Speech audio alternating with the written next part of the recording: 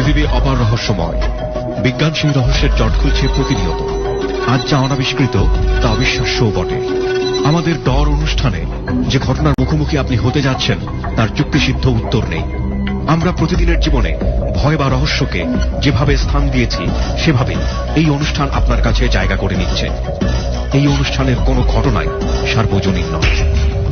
ডর মানে ভয়। একটা রঙিন চাঁদের সমুদ্র, সেই সমুদ্র বীচে প্রিয়তম মানুষটার হাত ধরে হেঁটে চলেছেন। প্রিয় মানুষটা হঠাৎ করেই অস্বাভাবিক আচরণ করা শুরু করল। অচেনা অজানা জায়গায়, ভুতুরে একটা পরিবেশে হঠাৎ করেই যদি সমস্ত কিছু বদলে যায় কেমন হবে বলুন তো? চিরচেনা কুয়াকাটাকে যারা দেখেছেন এতদিন একেবারে নিজের মতো করে, সেই চিরচেনা কুয়াকাটাকে আজকে আমরা চেনাবো নতুন করে এক অচেনা অনুভূতির জায়গাটিতে। তো ওরকম একটি জায়গাতে বসে আজকের এই ডরটিকে ধারণ করা হয়েছে। ওখানে যাওয়ার পেছনে বিশেষ একটা কারণ আছে এবং এই জায়গাটি নিয়ে এক ধরনের মিথ আমাদের সমাজে প্রচলিত আছে। ব্যাপারটা হচ্ছে এরকম যে ওই জায়গাটিতে কোনো একটা সময় বড় আকারের একটা দুর্ঘটনা ঘটেছিল। সেটা অবশ্যই লঞ্চ ডুবেই বলবেন আপনি। এবং ওই মানুষগুলোকে নিয়ে বিভিন্ন ধরনের মিথ চালু আছে। যে অনেকেই বলেন যে এখানে অদ্ভুত ডাক শুনতে পাওয়া যায়, অনেকেই অনেক সময় তাদেরকে লাভ ঝাপ দাপাদাপি করতে দেখেন যে সমুদ্রের মধ্যে লাফালাফি করছে। তো এরকম একটি জায়গাতে বসে এই আজকের এই ডটটি রেকর্ড করা হয়েছে এবং পুরো সপ্তাহব্যাপী এই প্রক্রিয়াটা চলেছে। যারা আমাদের ফেসবুকে ছিলেন তারা ইতিমধ্যে দেখতে পেয়েছেন যে ফেসবুকে আমরা বিভিন্ন সময় ওরা যে যাচ্ছে ওখানে জার্নিটা করছে সেগুলোর ছবি আমরা আপলোড করে দিয়েছি। আজকেও আমরা সেগুলো করার চেষ্টা করব এবং আশা করছি আপনারা ডরটাকে এনজয় করবেন। আমরা প্রথমেই সুমন এবং রেহানের কাছ থেকে ওরা যে জার্নিটা করলো সেই জার্নির অল্প কিছু অংশ আপনাদেরকে শোনাবো এবং তারপর মূল গল্পে ঢুকে যাব। পুরো ডর জুড়েই আমি আরজি কিবরিয়া আপনার সঙ্গে আছি, সঙ্গে আছে আমার টিম মেম্বার লোমান এবং একই সাথে আপনারা সবসময় যাদেরকে শুনে থাকেন ডরে, সুমন এবং রেহান।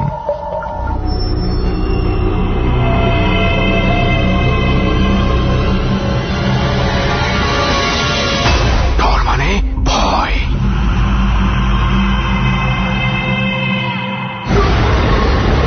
রেহান মামা, তুই বহুত ফাঁকিবাজি করছস। এবার রিক্সা ঠিক কর সদরঘাট যাওয়ার জন্য। দুইটা রিক্সা একটা যাবো না, বাসে উঠে যাই। দূর বেটা, বাসে যাবো না, মাথা খারাপ। ভাইদের একটা রিক্সা ঠিক করে দিই আর আমরা একটা রিক্সা উঠে যাই। হ্যাঁ চল, দুইটা রিক্সা লাগবে। একটা রিক্সা তুই ঠিক কর, আরেকটা রিক্সা আমি ঠিক করতেছি।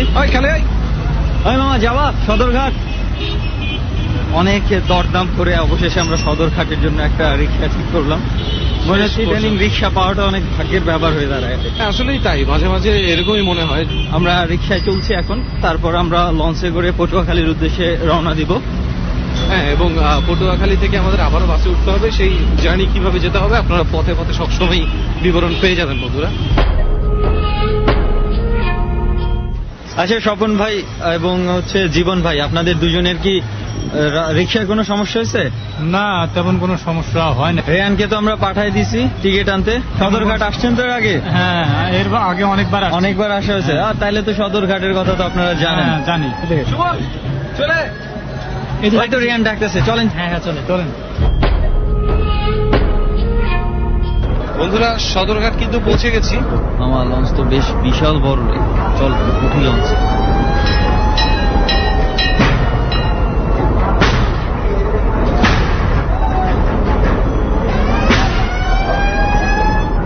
লঞ্চে উঠতে যাওয়ার আগেই অদ্ভুত কিছু ঘটে গেল। হঠাৎ করেই বিকট একটা শব্দ। এই শব্দটা আসলে আমি আর রেহান লঞ্চে উঠতে যাচ্ছিলাম, এমন সময় লঞ্চের ঘাটের সঙ্গে যেই দড়ির সাহায্যে, রেহান দড়িগুলো কিন্তু সাধারণ দড়ি নয়, স্টিলের অনেক মোটা দড়ি। মানে অদ্ভুত শক্ত। ন্যাচারালি একটা লঞ্চকে ধরে রাখতে হলে যেই দড়ি ইউজ করা হয়, এবং এত বিশাল লঞ্চকে ধরে রাখতে হবে, এবং সেই দড়িটা মুহূর্তের মধ্যে কিভাবে ছিঁড়ে গেল। কোনো কারণ ছাড়াই লঞ্চটা কেন একাই ব্যাক করলো, এবং মানে শব্দটা তো আপনারা শুনলেনই কিভাবে মানে ছিঁড়ে আলাদা হয়ে এখানে গেল। যারা ছিল বিশেষ করে লঞ্চের কর্তৃপক্ষ অনেকটা অবাক হয়ে গিয়েছিল। জার্নির শুরুর আগেই হয়তোবা আমরা কোনো কিছু একটা অনুভব করতে চলেছি। সুমন, এটা অবশ্যই আমাদের ধরতে হবে দোস্ত যে এটা অবশ্যই অদ্ভুত কোনো ব্যাপার, কারণ আমরা না হলে সরাসরি সবসময় লঞ্চে যাওয়া আসা করি না, কিন্তু যারা এখানে ইউজুয়ালি যাওয়া আসা করে তারাও কিন্তু ভয়ে অনেকেই লঞ্চ থেকে লাফ দিয়ে নেমে গেছে। রাইট, জানি না এটা কোনো অশুভ ইঙ্গিত কিনা, জানি না যাত্রাটা শুভ হবে কিনা অশুভ হবে, তবে আমরা দুজন আত্মপ্রত্যয়ী আছি যে আমরা যে কোনো মূল্যে এই জার্নি করব। রাইট, চল উঠে যাই। এখন আমাদের কাঙ্ক্ষিত লঞ্চের উপরে আছি আমি, সুমন, স্বপন এবং জীবন ভাই। লঞ্চটার নাম আগেই বলেছি, আপনাদেরকে বলবো না। এখন বর্তমানে দেখতে পাচ্ছি আজকে অবশ্যই একটু ভিড় কমই মনে হচ্ছে। এবং সেই সঙ্গে যাত্রার শুরুতে কিন্তু দোস্ত একটা জিনিস খেয়াল করছিস যে মেঘলা মেঘলা একটা ভাব, যে কোনো সময় ঝড় বা বৃষ্টি হওয়ার একটা সম্ভাবনা আছে। সো এই বড় রুটের জার্নিতে কিন্তু একটু বিপজ্জনক। ওয়েদার আসলেও খারাপ, ওয়েদার এটাকে ভালো বলা যায় না। যে কোনো সময় ভালো রকম বৃষ্টি নামতে পারে, এবং নদীর মাঝখানে বৃষ্টি যদি নামে পদ্মায়, তখন আমার একবারের এক্সপিরিয়েন্স আছে হালকা একটু দুলুনি, সেটাই যে কি পরিমাণ ভয়ঙ্কর প্যানিক সৃষ্টি করতে পারে। আর বিশেষ করে তোর মতো সাঁতার যারা জানে না তাদের তো কথাই নেই।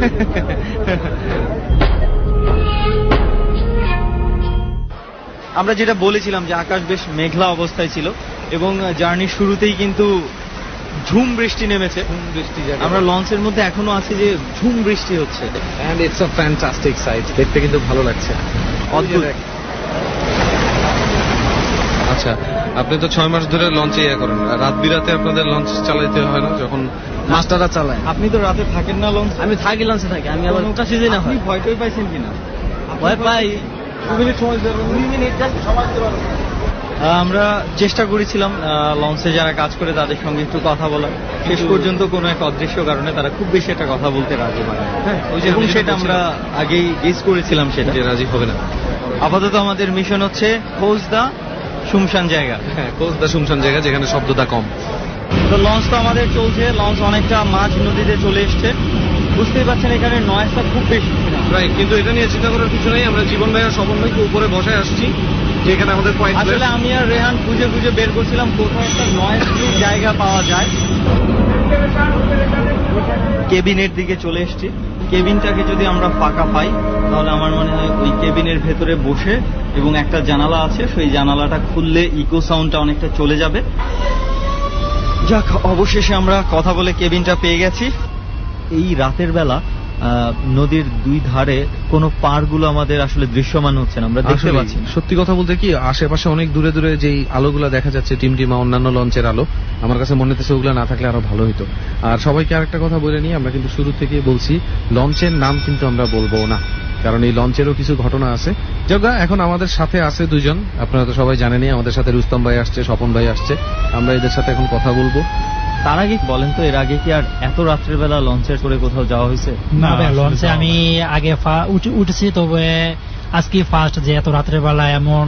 আমি আসলে কখনো লঞ্চে উঠিনি, এটাই আমার প্রথম লঞ্চে উঠা। বাহ, আপনার জীবনে প্রথম এমন একটা লঞ্চে আপনি উঠছেন যে লঞ্চ নিজেই অনেক একটা কাহিনী। জি, জি। দোস্ত রেহান একটু কাহিনীটা বলে দিন। এই লঞ্চ হচ্ছে কোনো ঝড় বাদল ছাড়াই কোনো একবার পাহাড় থেকে একটু দূরে যাওয়ার পরে কোনো একটা কারণে ডুবে যেতে নিয়েছিল।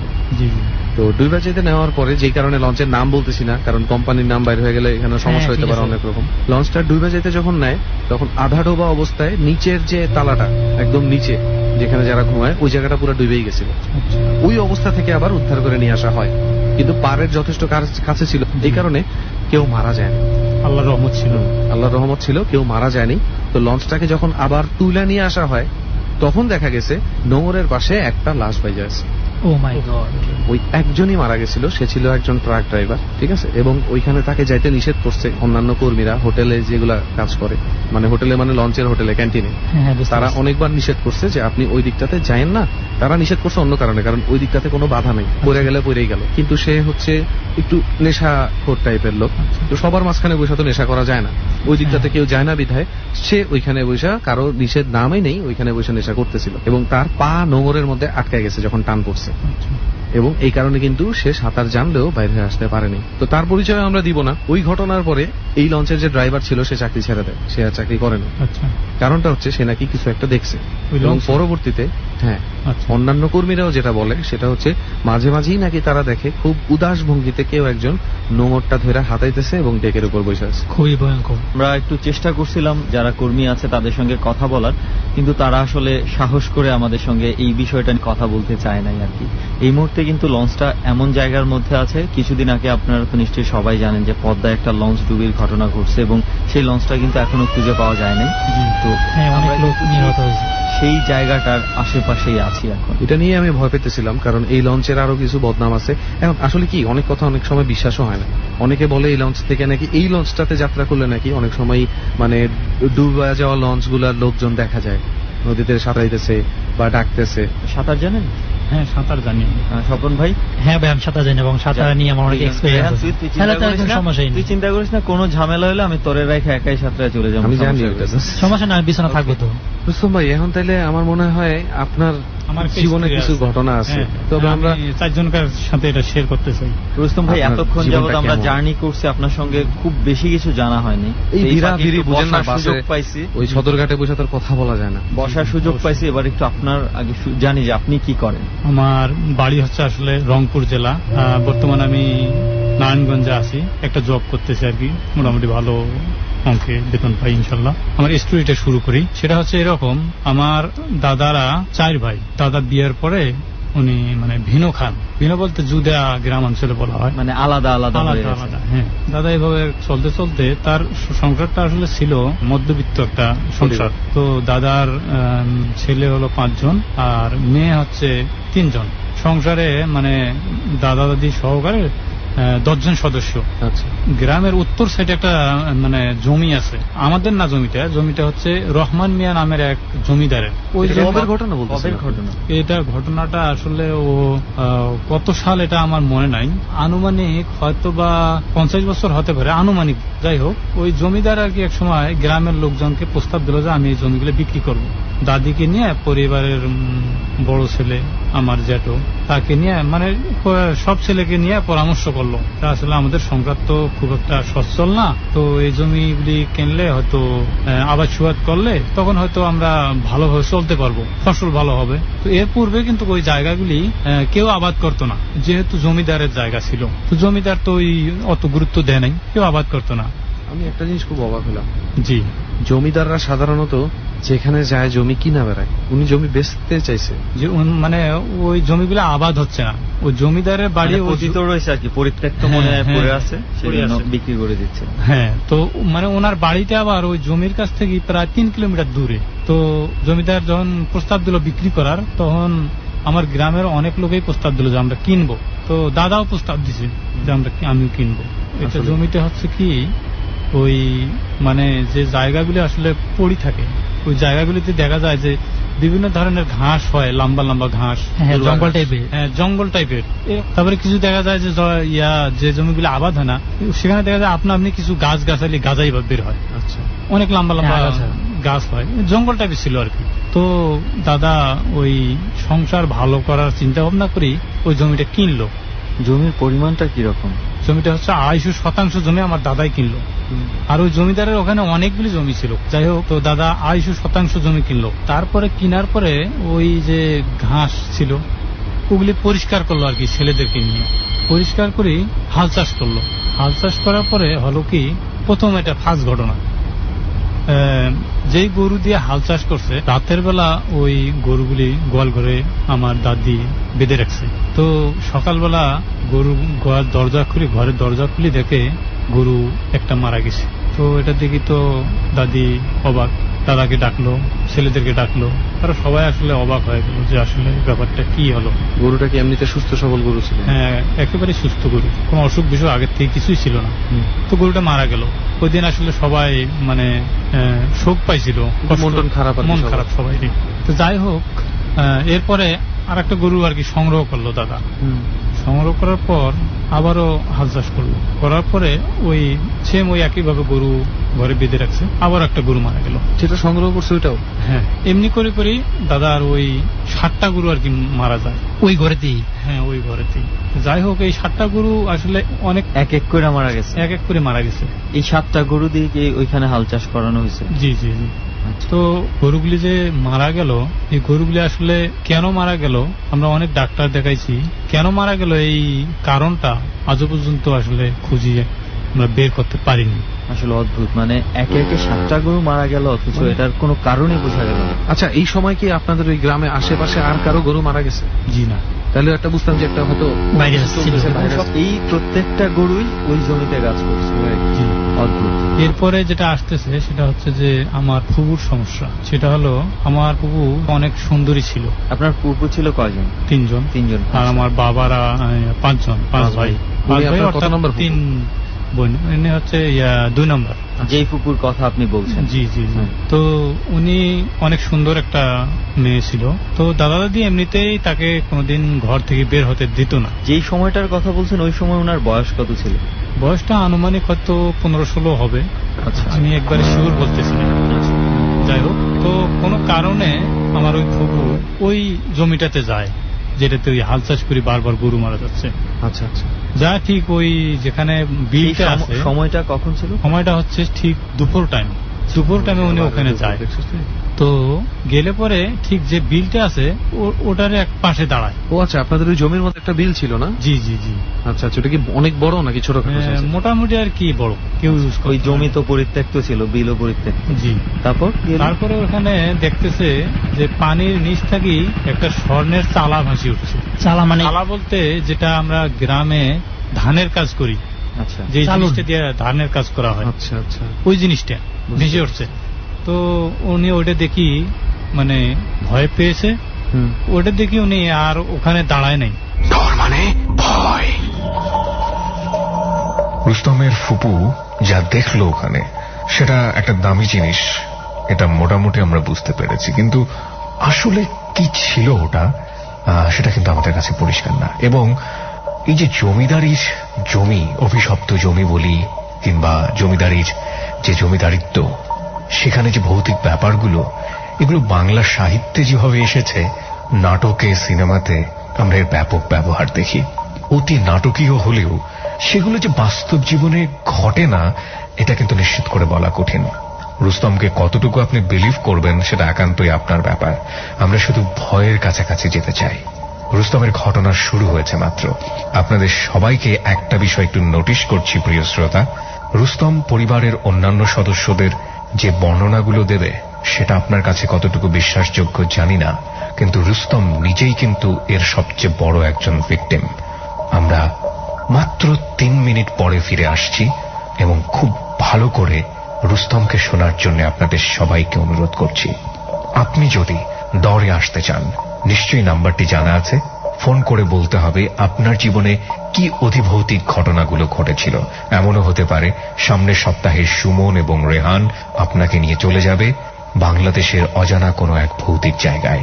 সেখানে বসে আপনাকে দেবে অসম্ভব অসাধারণ এক ফিলিংস, অবশ্যই ভয়ের, এবং আপনার কাছ থেকে বাংলাদেশের লাখ লাখ রেডিও শ্রোতাকে শোনাবে কি আপনার জীবনের অতিপ্রাকৃত গল্প।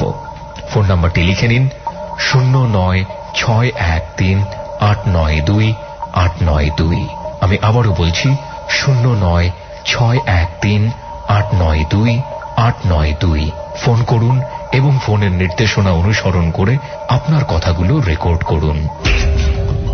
ডর।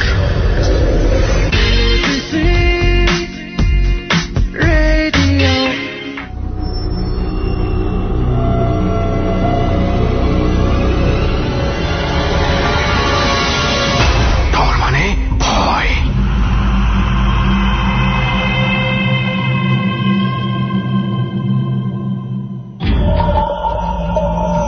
সুমন এবং রেহানের কাছে আমাদের ফিরে যেতে হবে আবারও। আপনারা সবাই শুনছেন ডর, এবিসি রেডিও FM 89.2 আমি আরজে কিবরিয়া, আমার টিম মেম্বার লোবান, রেহান এবং সুমন, এবং আজকের দুজন অতিথি স্বপন ও রুস্তম, সবাই আপনার সাথে আছি। ডর রেকর্ড করা হয়েছে কুয়াকাটার কোন এক অদৃশ্য অজানা জায়গায়, যে জায়গাটিতে মানুষের চলাচল খুবই কম। এখন পর্যন্ত গল্পের যে জায়গাটিতে আমরা রয়েছি সেখান থেকে আমরা কুয়াকাটায় পৌঁছাতে পারিনি। প্রিয় শ্রোতা, আমরা আবারও ফিরছি সুমন এবং রেহানের কাছে। কি তারা শোনাতে চাচ্ছে রুস্তমের কাছ থেকে, আমরা সেখানেই ফিরব। আরো একবার মনে করিয়ে দিচ্ছি আমাদের ফোন নাম্বারটি 09613892 আবারও বলছি 09613892 এখানে ফোন করার পরে আপনি 3 চাপবেন। এরপর যে নির্দেশনা দেয়া আছে সেটা অনুসরণ করে আপনি আপনার জীবনে ঘটা অধিভৌতিক ঘটনাগুলো সংক্ষেপ করে বলবেন এবং বলবেন আপনার সঙ্গে যোগাযোগ করতে। আমরা খুব শীঘ্রই আপনার কাছে আসছি। তারপর আপনার ফুপু কি করলো? সে দৌড় দিয়ে বাড়িতে আসছে। এমন একটা পজিশন তার হলো, সে অজ্ঞান হয়ে গেছে। আচ্ছা। আমার দাদা দাদি সবাই জিজ্ঞেস করছে যে তোর কি হলো কি হলো। তো সে আর কিছু বলতে পারতেছে না। তো দাদা একটা কভারেজ নিয়ে আসছে আর কি, ওই কভারেজে অনেক ঝাড়ফুঁক করলো, কিছু পোড়া পানি দিল, এগুলো খাওয়ানো হলো, এইসব করেই মোটামুটি সুস্থ হলো আর কি। সুস্থ হওয়ার পরে তাকে জিজ্ঞেস করা হলো যে বিষয়টা আসলে তোমার যে অবস্থাটা হলো কেন হলো, কি হয়েছিল। তখন সে ঘটনাটা খুলে বললো যে আমি ওই জায়গায় গিয়েছিলাম, যাওয়ার পরে দেখছি, দেখাতে আমার এটা হলো। তো উনি ওই যে সুস্থ হলো, সুস্থ অবস্থায় থাকলো, আর কোনো সমস্যা নেই। আচ্ছা। তো এরপরে আরেকটা সমস্যা হলো, সেটা হলো আমার বড় জ্যাঠর, আচ্ছা, বাবাদের সবার বড়। আচ্ছা। আপনার বাবার তো 5 ভাই ছিল? জি জি। আচ্ছা। তার সমস্যা হলো হঠাৎ করে দেখা গেল যে মাথায় ডিপিট হলো। এমনিতে সুস্থ ছিল? এমনিতে সুস্থ ছিল, সে ভালো মনের মানুষ ছিল, অনেক ভদ্র ছিল। বয়স ছিল কত তখন? আনুমানিক বয়স হবে 20-25। সে একেবারেই মানে পাগল টাইপের। কি ধরনের কার্যকলাপ ছিল বলেন? তার কার্যকলাপ গুলো ছিল আসলে কাউকে দেখতে পারতেছে না, মানে সহ্য করতে পারতেছে, কাউকে সহ্য করতে পারতেছে না। তার সাথে কথাবার্তা অল্প দু একটা যে উল্টা পাল্টা হতো, তাকে মার শুরু করতো। তাকে এটা কি হঠাৎ করে হয়ে গেছে? হঠাৎ করে হয়ে গেল এক রাতের মধ্যে। তারপরে সে সংসারের জিনিসপত্র ভাঙচুর করতেছে। শেষ পর্যন্ত এমনই অবস্থা হলো, তাকে লোহার জিঞ্জির দিয়া বেঁধে রাখা হলো। একদম বদ্ধ উন্মাদ হয়ে গেছে। হ্যাঁ। উনি কি মানে মারামারি করতেন খুব বেশি? যারা দেখতো তারাই মারতো বা কামড় দিত বা এই ধরনের? হ্যাঁ, এরকম করতো। তারপরে ওই ফুবুকে যেরকম কভারেজ দেখানো হয়েছে, কভারেজ দেখা হলো, তাই আর কি মানে কিছুদিন পরে আস্তে আস্তে আস্তে আস্তে তিনিও আসলে সুস্থ হলো। একবার স্বয়ং সম্পূর্ণ সুস্থ হলো না, কিছুটা হলো তার একটু সমস্যা থাকলো আর কি। তারপরে আমার বাবার সমস্যা শুরু হলো, আবার আরো একটা সমস্যা। হ্যাঁ, চলতেছে এরকম, একজন ঠিক হয় একজন অসুস্থ হয়, একটা এরকম মানে চলতে আছে। আচ্ছা। এর ফাঁকে জমি কিন্তু আবাদ হইতে আছে, ওই জমিতে ফসল করে, ওই সময়তে ফসল হইতেছে। আচ্ছা দোস্ত রেহান, একটু শীত লাগতেছে বুঝছস, একটু আমাদের দে, আমি একটু কাপড়টা জড়ায় বসি। বয়, আমারও শীত লাগতেছে ভাই, আপনাদের শীত লাগতেছে না তো? এরপরে সমস্যাটা হলো জমিতে আবাদ চলতেই আছে। আমার দাদা দাদির কিন্তু অসুখ চলতে আছে কন্টিনিউ, মানে উনারাও অসুস্থ, একটার পর একটা অসুখ আছে। কি আপনাদের ফ্যামিলিতে আগে ছিল কি এটা? না, ওই জমিটা কেনার পর থেকে শুরু হয়ে গেল। এরপরে যেটা হচ্ছে, আমার বাবা আসলে অনেক একটা ভদ্র লোক। আপনার বাবা তখন কি করতো? বাবা ওই যে দাদার সাথে কৃষিকাজ বাজে করতো। তখন কৃষিকাজ করতো? জি জি। আর যেটাও করতো আর কি। আচ্ছা, যে জমিটা কেনা হয়েছে সেই জমিতেই চাষ করতো? জি। আমার বাবাও ওই সেম আমার জ্যাডোর মতো অল্প সময়ের মধ্যে ওই একই অবস্থা হলো। তিনিও মাথায় ডিপিট হলো, পাগল হলো, লোহার শিকল দিয়ে বেঁধে রাখা হলো। কারণ তাকে কোনোভাবেই মেনটেন করা যাচ্ছে না, সে মানুষকে মারতেছে, সংসারের জিনিসপত্র ভাঙচুর করতেছে। তারপরে দেখা যাচ্ছে যে কোনোভাবে তাকে ছাড়া হইলে কোদাল নিয়ে যা জমিতে মানে খুঁড়তেছে, বিশাল বড় বড় গর্ত করতেছে। দেখা যায় যে শিবলি তো আসলে গর্ত করলে আবাদ করার মতো পরিস্থিতি থাকে না। এটা আপনার বাবা করছে? এটা আমার বাবা করতেছে। আচ্ছা। তাকে বেঁধে রাখা হলো আর কি। এরপরে কবরেজ দেখা হলো, তারা আসলে বলে না যে আসলে এটা কি কারণে হচ্ছে। তো এরপরে বাবাকে ওই কবরেজ দেখানো হলো, তারপরে বাবা সুস্থ হলো। সুস্থটা একেবারে মানে স্বয়ং সম্পূর্ণ সুস্থ না, তার একটু হলেও সমস্যা থাকলো, মানে আপনার জ্যাঠার মতোই। হ্যাঁ, উনি কিন্তু এখন পর্যন্ত বছরে 2-3 বার পাগল হয়ে যাচ্ছে আমার বাবা, এখনো এমনি করে করে চলতেছে। এগুলিতে কিন্তু সময় অনেকদিন সময় কেটে যাচ্ছে। অনেক সময় আমার বাবা অনেকটাই সুস্থ হয়ে যায়, তখন কিছু কথা বলে। সে কথাগুলি হচ্ছে এরকম, বাবা কেমন জানি ডাইরেক্টলি বলতো যে আসলে একটা জিন আছে আমার সাথে।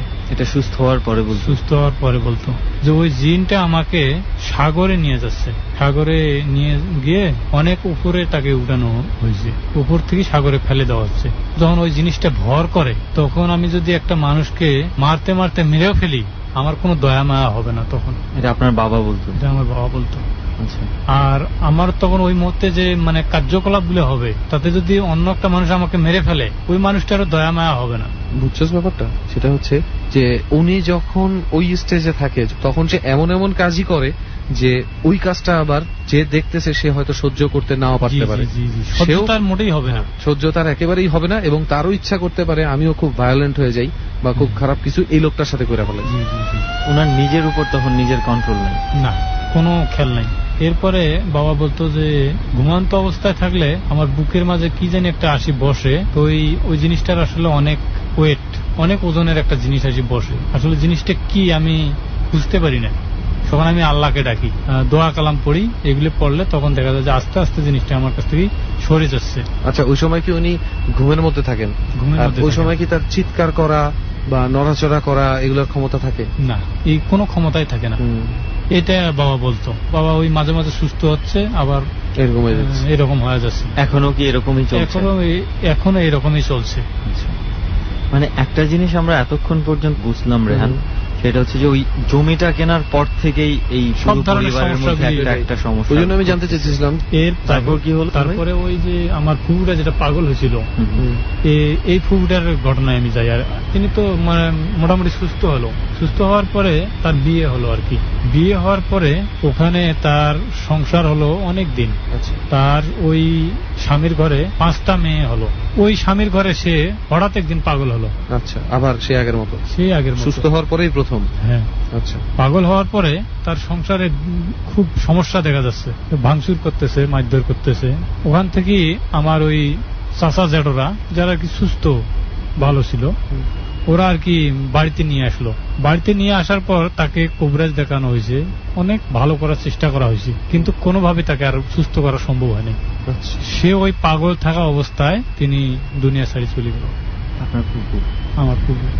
মানে আপনারা গেস করছেন যে ওই জমির সঙ্গে এগুলোর একটা জড়িত কানেকশন আছে? জি। ওই জমিটা এখনো আপনাদের আছে? আছে বা আবাদ হচ্ছে। এরকম আর কোনো কি আপনার পরিবারের আর কারোর সাথে কি কিছু ঘটেছে? হ্যাঁ। আচ্ছা, সবার ঘটনা তো বললাম, শেষ হলো। এখন আমার ঘটনায় আমি আসি। আমি এই ঘটনার আসলে শিকার। সেটা হচ্ছে এইভাবে, আমি যখন একেবারেই ছোট, মানে মার গর্ভের থেকে ভূমিষ্ঠ হয়েছি, তখন আসলে বাবা মারা পরামর্শ করি আমাকে কবিরাজের থেকে 2টা তাবিজ নিয়ে, 2টা তাবিজ আমার এই বাজুতে আসলে বেঁধে দেয়।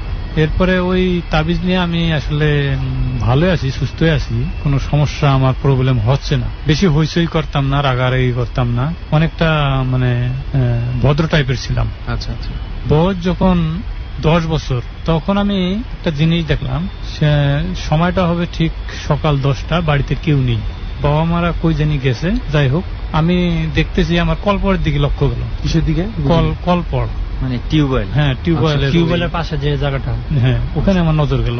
আমি কিন্তু ছিলাম মানে আগিনায়। আমাদের মানে 2টা ঘর, একটাতে বাবা মারা থাকে আর পরেরটাতে আমি আর কি থাকতাম। এই 2টা ঘরের ফাঁকে পশ্চিম সাইডের ওই জায়গাটা, টাটি বেড়া যেটা বলি আমরা, ওগুলি দিয়ে ঘিরানো ছিল আর কি। আচ্ছা আচ্ছা। তো ওখানে একটা আম গাছ ছিল, ওখানে আমি দাঁড়াইয়া ওই কলপরের ওদিকে দেখতেছি একটা লম্বা জিনিস। ওইটা আসলে জিনিসটা গরুর মতো, কিন্তু আসলে গরু না। তো ওই জিনিসটা বিশাল লম্বা, সাদা। ওইটা ওই গাছটা মোটা ছিল, ডালগুলি মোটা ছিল। একটা করে লাভ দিতেছে আর একটা করে ডালে উঠতেছে, মানে নিচ থেকে গরুর মতন 4 পায়া জিনিস। হ্যাঁ, ডালগুলি গাছে উঠতেছে, মানে আজীব না? ডালগুলি অনেক দূরত্ব ছিল। আচ্ছা। একটা করে লাভ দিতেছে আর ও উঠতেছে উপরের দিকে, 3-4-5 ফুট উপরে উঠে যেতেছে। হ্যাঁ। তো এরকম করে উঠতে উঠতে ঠিক গাছের আগার মাঝে উঠলো, উঠি মাথা লাগাই দিল আর মিশে গেল। আর এই দৃশ্যটা দেখে আমি অনেক ভয় পেয়ে গেলাম। মিশে গেল মানে? অদৃশ্য হয়ে গেল। আচ্ছা। আর কোনো কিছু দেখতেছি। এরপরে আমি ওই জিনিসটা দেখে ভয় পেয়ে গেলাম। বাড়িতে তো কেউ নাই, পরে আমি বাড়ি ছেড়ে অনেক দূরে চলে গেলাম আর কি। তো মা আমার নানি বাড়িটা অবশ্য পাশেই। তো মা দেখলাম নানি বাড়িতে গেছে। তো নানি বাড়ি থেকে আসতেছে, তখন আমি বললাম যে মা এইরকম বাড়িতে অবস্থা। তো মা কেমন আমাকে সাহস দিল, বুঝাইলো যে না, ওটা আসলে কিছুই না, তোমার ওটা দেখার ভুল। ওইটা ওখানে শেষ হলো, মানে আমার কোনো সমস্যা হলো না। 1 বছর পরে আর একটা ঘটনা আমি দেখলাম। সেটা রাতের 10টার দিকে আমার মা মাছ ধরার কোনো কিছু একটা তৈরি করতেছে, আমি পাশে বসে থেকে দেখতেছি। তা আমার প্রসাবের চাপ আসছে। আমি বললাম যে মা, আমি প্রসাব করতে যাব। তো বৃষ্টি, আমি কিভাবে যাব? আমার বাড়িতে কারেন্ট নাই, কারেন্ট ছিল না, কুপির আলো দিয়ে মা ওই জিনিসটা তৈরি করতেছে। যাই হোক, মা বললো যে বৃষ্টি হচ্ছে, তুমি ওই দরজায় বসে ওখানে প্রসাব করো, তুমি তো ছোট মানুষ। দরজায় বসে করতেছি। আর আমার নজরটা ছিল কলপরের ওইদিকে। আমি দেখতেছি কলপরের ওই দিক থেকে একটা জিনিস আসতেছে, ঠিক কালো কুত্তার মতো একটা জিনিস, কিন্তু মাথা নেই, মাথা ছাড়া। ও মাই গড! এটা দেখে আমি অনেক ভয় পেয়ে গেলাম। আমি চিৎকার দিয়ে ভেতরে ঢুকলাম ঘরের। এত অন্ধকারের মধ্যে আপনি কালো জিনিস দেখলেন কেন? যদিও অন্ধকার, তো অন্ধকারের মাঝে আপনি দেখবেন যে কোনো একটা জিনিস আসলে ওটা বোঝা যায়, অবয়বটা মোটামুটি একটু। আর মাঝে মাঝে ওই যে বৃষ্টির অবস্থায় আকাশে বিজলি দিতেছে, ওই বিজলিতে দেখা যাচ্ছে আর কি। মা বললো যে কি হয়েছে? আমি বললাম যে এরকম। তো মা আমাকে আবারও ওই সাহস দিল যে না, আসলে কিছু না। মা তো আসলে জানেই যে আসলে ওই জিনিসটা আমাদের তো পূর্বের থেকেই হয়ে আসতেছে। মানে আপনার ভয়টা কমানোর জন্য ভয়টা কমানোর জন্য মা আমাকে সাহস দিল। এটা হলো দ্বিতীয় ঘটনা আমার সাথে হলো যেটা। এরপরে বাবার চিকিৎসা করতে করতে মানে সংসারে খুব কষ্ট নামে আসলে। সংসারে আসলে আমি অনেক বড় হলাম, সাংসারিক আর্থিক দুর্বলতার কারণে আমি ঢাকা চলে আসলাম। তখনও কি ওই তাবিজটা ছিল আপনার সাথে? ওই তাবিজটা তো আমি, আমার বয়স যখন 10 বছর তখন আমি ওই তাবিজটা একদিন ফেলাই দিলাম হাত থেকে। যে তাবিজের বোঝাটা আর আসলে আমি কতদিন নিয়ে বেড়াই। তো আমি এক পর্যায়ে ওই তাবিজটা হাত থেকে খুলি ওইটা একটা পুকুরের মাঝে ফেলাই দিলাম। তো ফেলাই দেওয়ার পর আসলে কোনো সমস্যা হলো না। এভাবেই আমার আসলে বয়সটা হলো 15 বছর। একদিন রাত্রে বেলা ঘুমাইছি, তো ঘুমানোটা আমার ঠিক পার বুড়ি আঙ্গুল আর নাক একেবারে টান টান অবস্থা ছিল। সই পায়ের বুড়ো আঙ্গুল আর নাক, হ্যাঁ সই মানে ছিল, সমান একই রেখায় ছিল। হ্যাঁ। তো রাতের বেলা এটা 12টা-1টা হবে। তো আমার বুকের মাঝে আসি কি জানি একটা জিনিস বসলো। এটা আমি চোখ দুটো আমার ওপেন ছিল না, আসলে ঘুমান্ত অবস্থায় ছিলাম। কোনোভাবে বুঝতে পারতেছি যে আমার বুকের মাঝে একটা চাপা দিচ্ছে, মানে মুখে কিছু বলতে পারতেছি না যে আমাকে বাঁচাও বা কেউ কোথাও আসেন কিনা। টোটালি শরীর নাড়াচাড়া করতে পারতেছি না। অবশ্য অনুভব করতে পারতেছি যে আমার বুকের মাঝে কি যেন একটা বসছে। ইয়াসিন সূরা আমার অবশ্য পুরোটা মুখস্থ নাই, 2-3টা লাইন মুখস্থ আছে।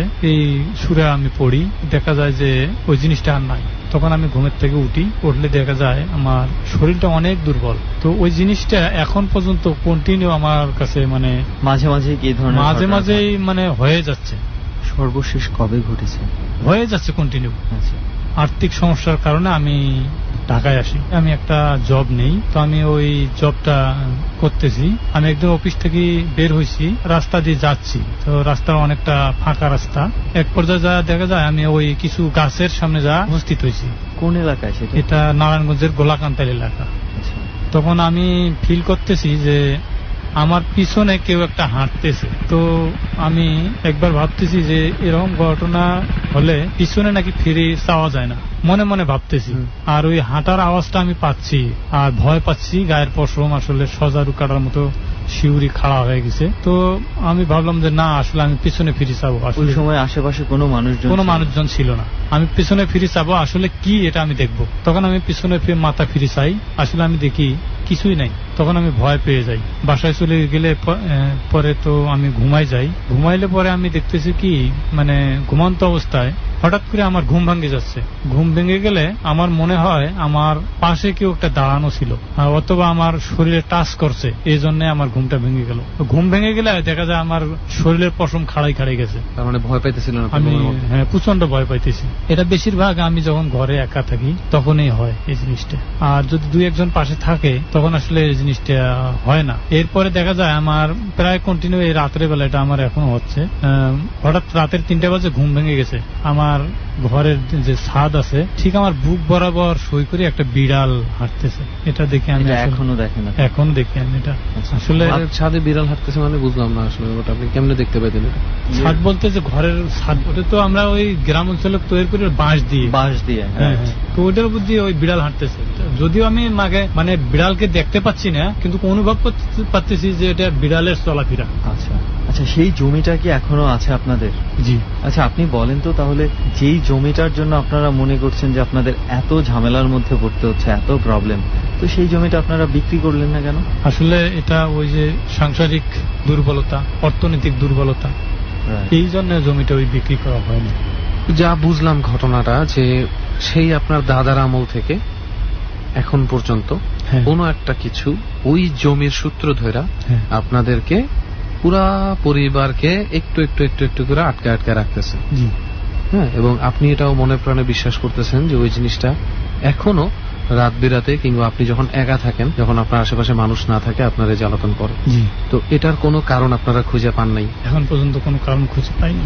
হ্যাঁ, যেই জিনিসটা আপনার পিছনে আছে এখনো, বলতেছেন আপনি আপনাকে এখনো রাত্রে করে, এই জিনিসটা কি এখনো আপনার সাথে আছে এই মুহূর্তে? আপনি কি এখনো নিজের মধ্যে কোনো ধরনের চাপ বা কিছু অনুভব করছেন? সেটা আমি আসলে বলতে চাচ্ছি না। আমি দীর্ঘ 30-35 বছর ধরে এই যন্ত্রণাটা আমরা ভোগ করতেছি। তো এই বোঝাটা আসলে আর সহ্য করতে পারতেছি না। এই যন্ত্রণা, মানে এই যন্ত্রণা থেকে মুক্তি পেতে চাই। আসলে কিছুই বলার নেই। আপনি এত বছর ধরে এই যন্ত্রণা নিয়ে বয়ে বেড়াচ্ছেন এবং এখন এই যন্ত্রণার মধ্যে আছেন। শুধু আমি আর রেহান এটাই বলতে পারি যে আমরা দোয়া করি আপনি যেন খুব শীঘ্রই এই ঝামেলা থেকে মুক্তি পেতে পারেন। আচ্ছা, তো জীবন ভাই, জীবন মানে ওই যে ওনার আরেকটা নাম, ওনার আরেক নাম কি? হ্যাঁ, জীবন? হ্যাঁ, হ্যাঁ। যাই হোক, জীবন ভাই শুনেন, আসলে ঘটনাটা একটু বেশি অন্যরকম। এভাবে পুরো জীবন ধরে একটা কিছু পিছনে লেগে থাকা, তাও এমন অদ্ভুত ভাবে। যাই হোক, এটা নিয়ে আসলে পরে কথা বলবো আমরা। বাট আমার মনে হয় সুমন দোস্ত, আমাদের প্লাস ওনাদেরও সবারই একটু রেস্ট দরকার। আমার মনে হয় আমরা একটা ছোটখাটো রেস্ট নিয়ে তারপরে অন্য প্রিপারেশন নিই। কি বলিস? আসলে একটু রেস্ট নেওয়া দরকার। ডর মানে ভয়। রাতে কি সুমন এবং রেহানের ঘুম হবে? হয়তো হবে, কারণ ওরা ভয় পেতে ভালোবাসে। কিন্তু যে গল্প রাত 12:06 শুরু হবে, সেটা শুনে আপনার ঘুম নাও হতে পারে। আমরা একটা ছোট্ট বিরতি নেই। রুস্তমের যে গল্পটা আমরা শুনলাম সেটা আপনাদের উপরেই ছেড়ে দিলাম, হয়তো বিশ্বাসযোগ্য অথবা বিশ্বাসযোগ্য না। আমরা একটা বিরতি নিচ্ছি প্রিয় শ্রোতা। আমি আর জে কিপ্রিয়া আপনার সঙ্গে আছি। আমার সঙ্গে আছে আমার বন্ধু সুমন ও রেহান, সঙ্গে আছে আমার বন্ধু লোবান, এবং সঙ্গে আছে আজকে দুই অতিথি রুস্তম এবং স্বপন। কি ঘটতে যাচ্ছে রাত 12টার পরে, সেটার জন্য কান রাখুন এবিসি রেডিওতে। আর অবশ্যই আপনি যদি আগামী পর্বে কোন একটি জায়গা থেকে আপনার জীবনে ঘটা অতি প্রাকৃত ঘটনাগুলো লাখো শ্রোতার সাথে শেয়ার করতে চান, ফোন করুন আমাদেরকে 09613892 এই হচ্ছে আমাদের নাম্বার। ডর।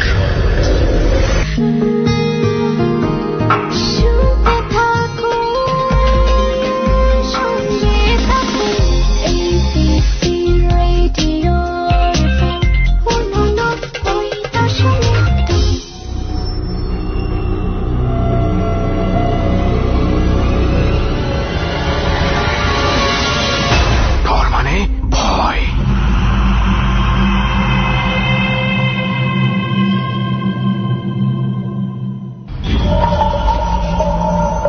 ডরের রেসিপিটা আমাকে এই মুহূর্তে বলে দিতে হবে, কারণ রাত 12টা পার হয়ে গেছে।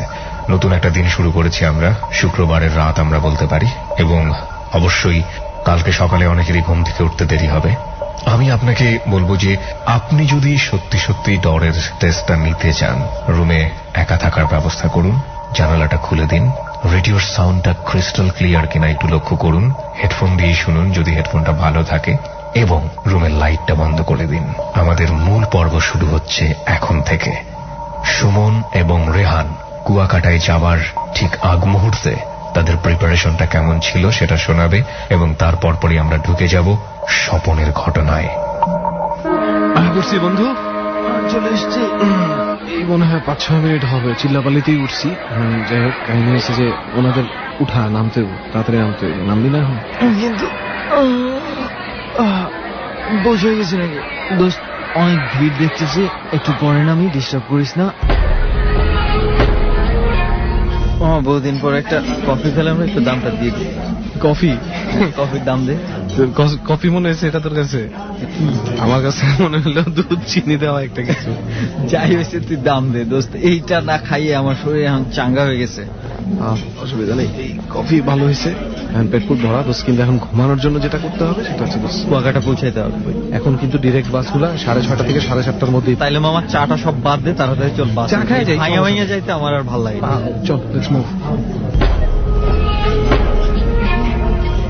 পটুয়াখালী নেমে আমরা হালকা নাস্তা করলাম, আমি, সুমন এবং আমাদের দুজন অতিথি।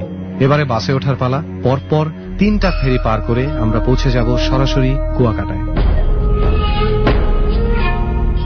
4 ঘন্টার জার্নির পর আমরা পৌঁছাই কুয়াকাটা। সেখানে একটা হোটেলে উঠে বিশ্রাম নেয়ার জন্য। হোটেল থেকে সন্ধ্যায় আমরা রওনা দেই আমাদের কাঙ্ক্ষিত গন্তব্যে। আমাদের এবারের পথটা একটু ভিন্ন রকম। প্রথমে হয় বাইক, না হয় হেঁটে আমাদের পৌঁছতে হবে অনেক দূর।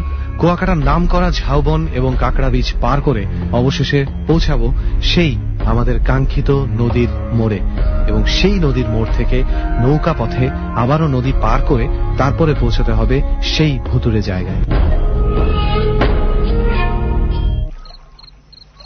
এই মুহূর্তে আমরা দাঁড়িয়ে আছি সেই ছোট্ট নদীটার ধারে।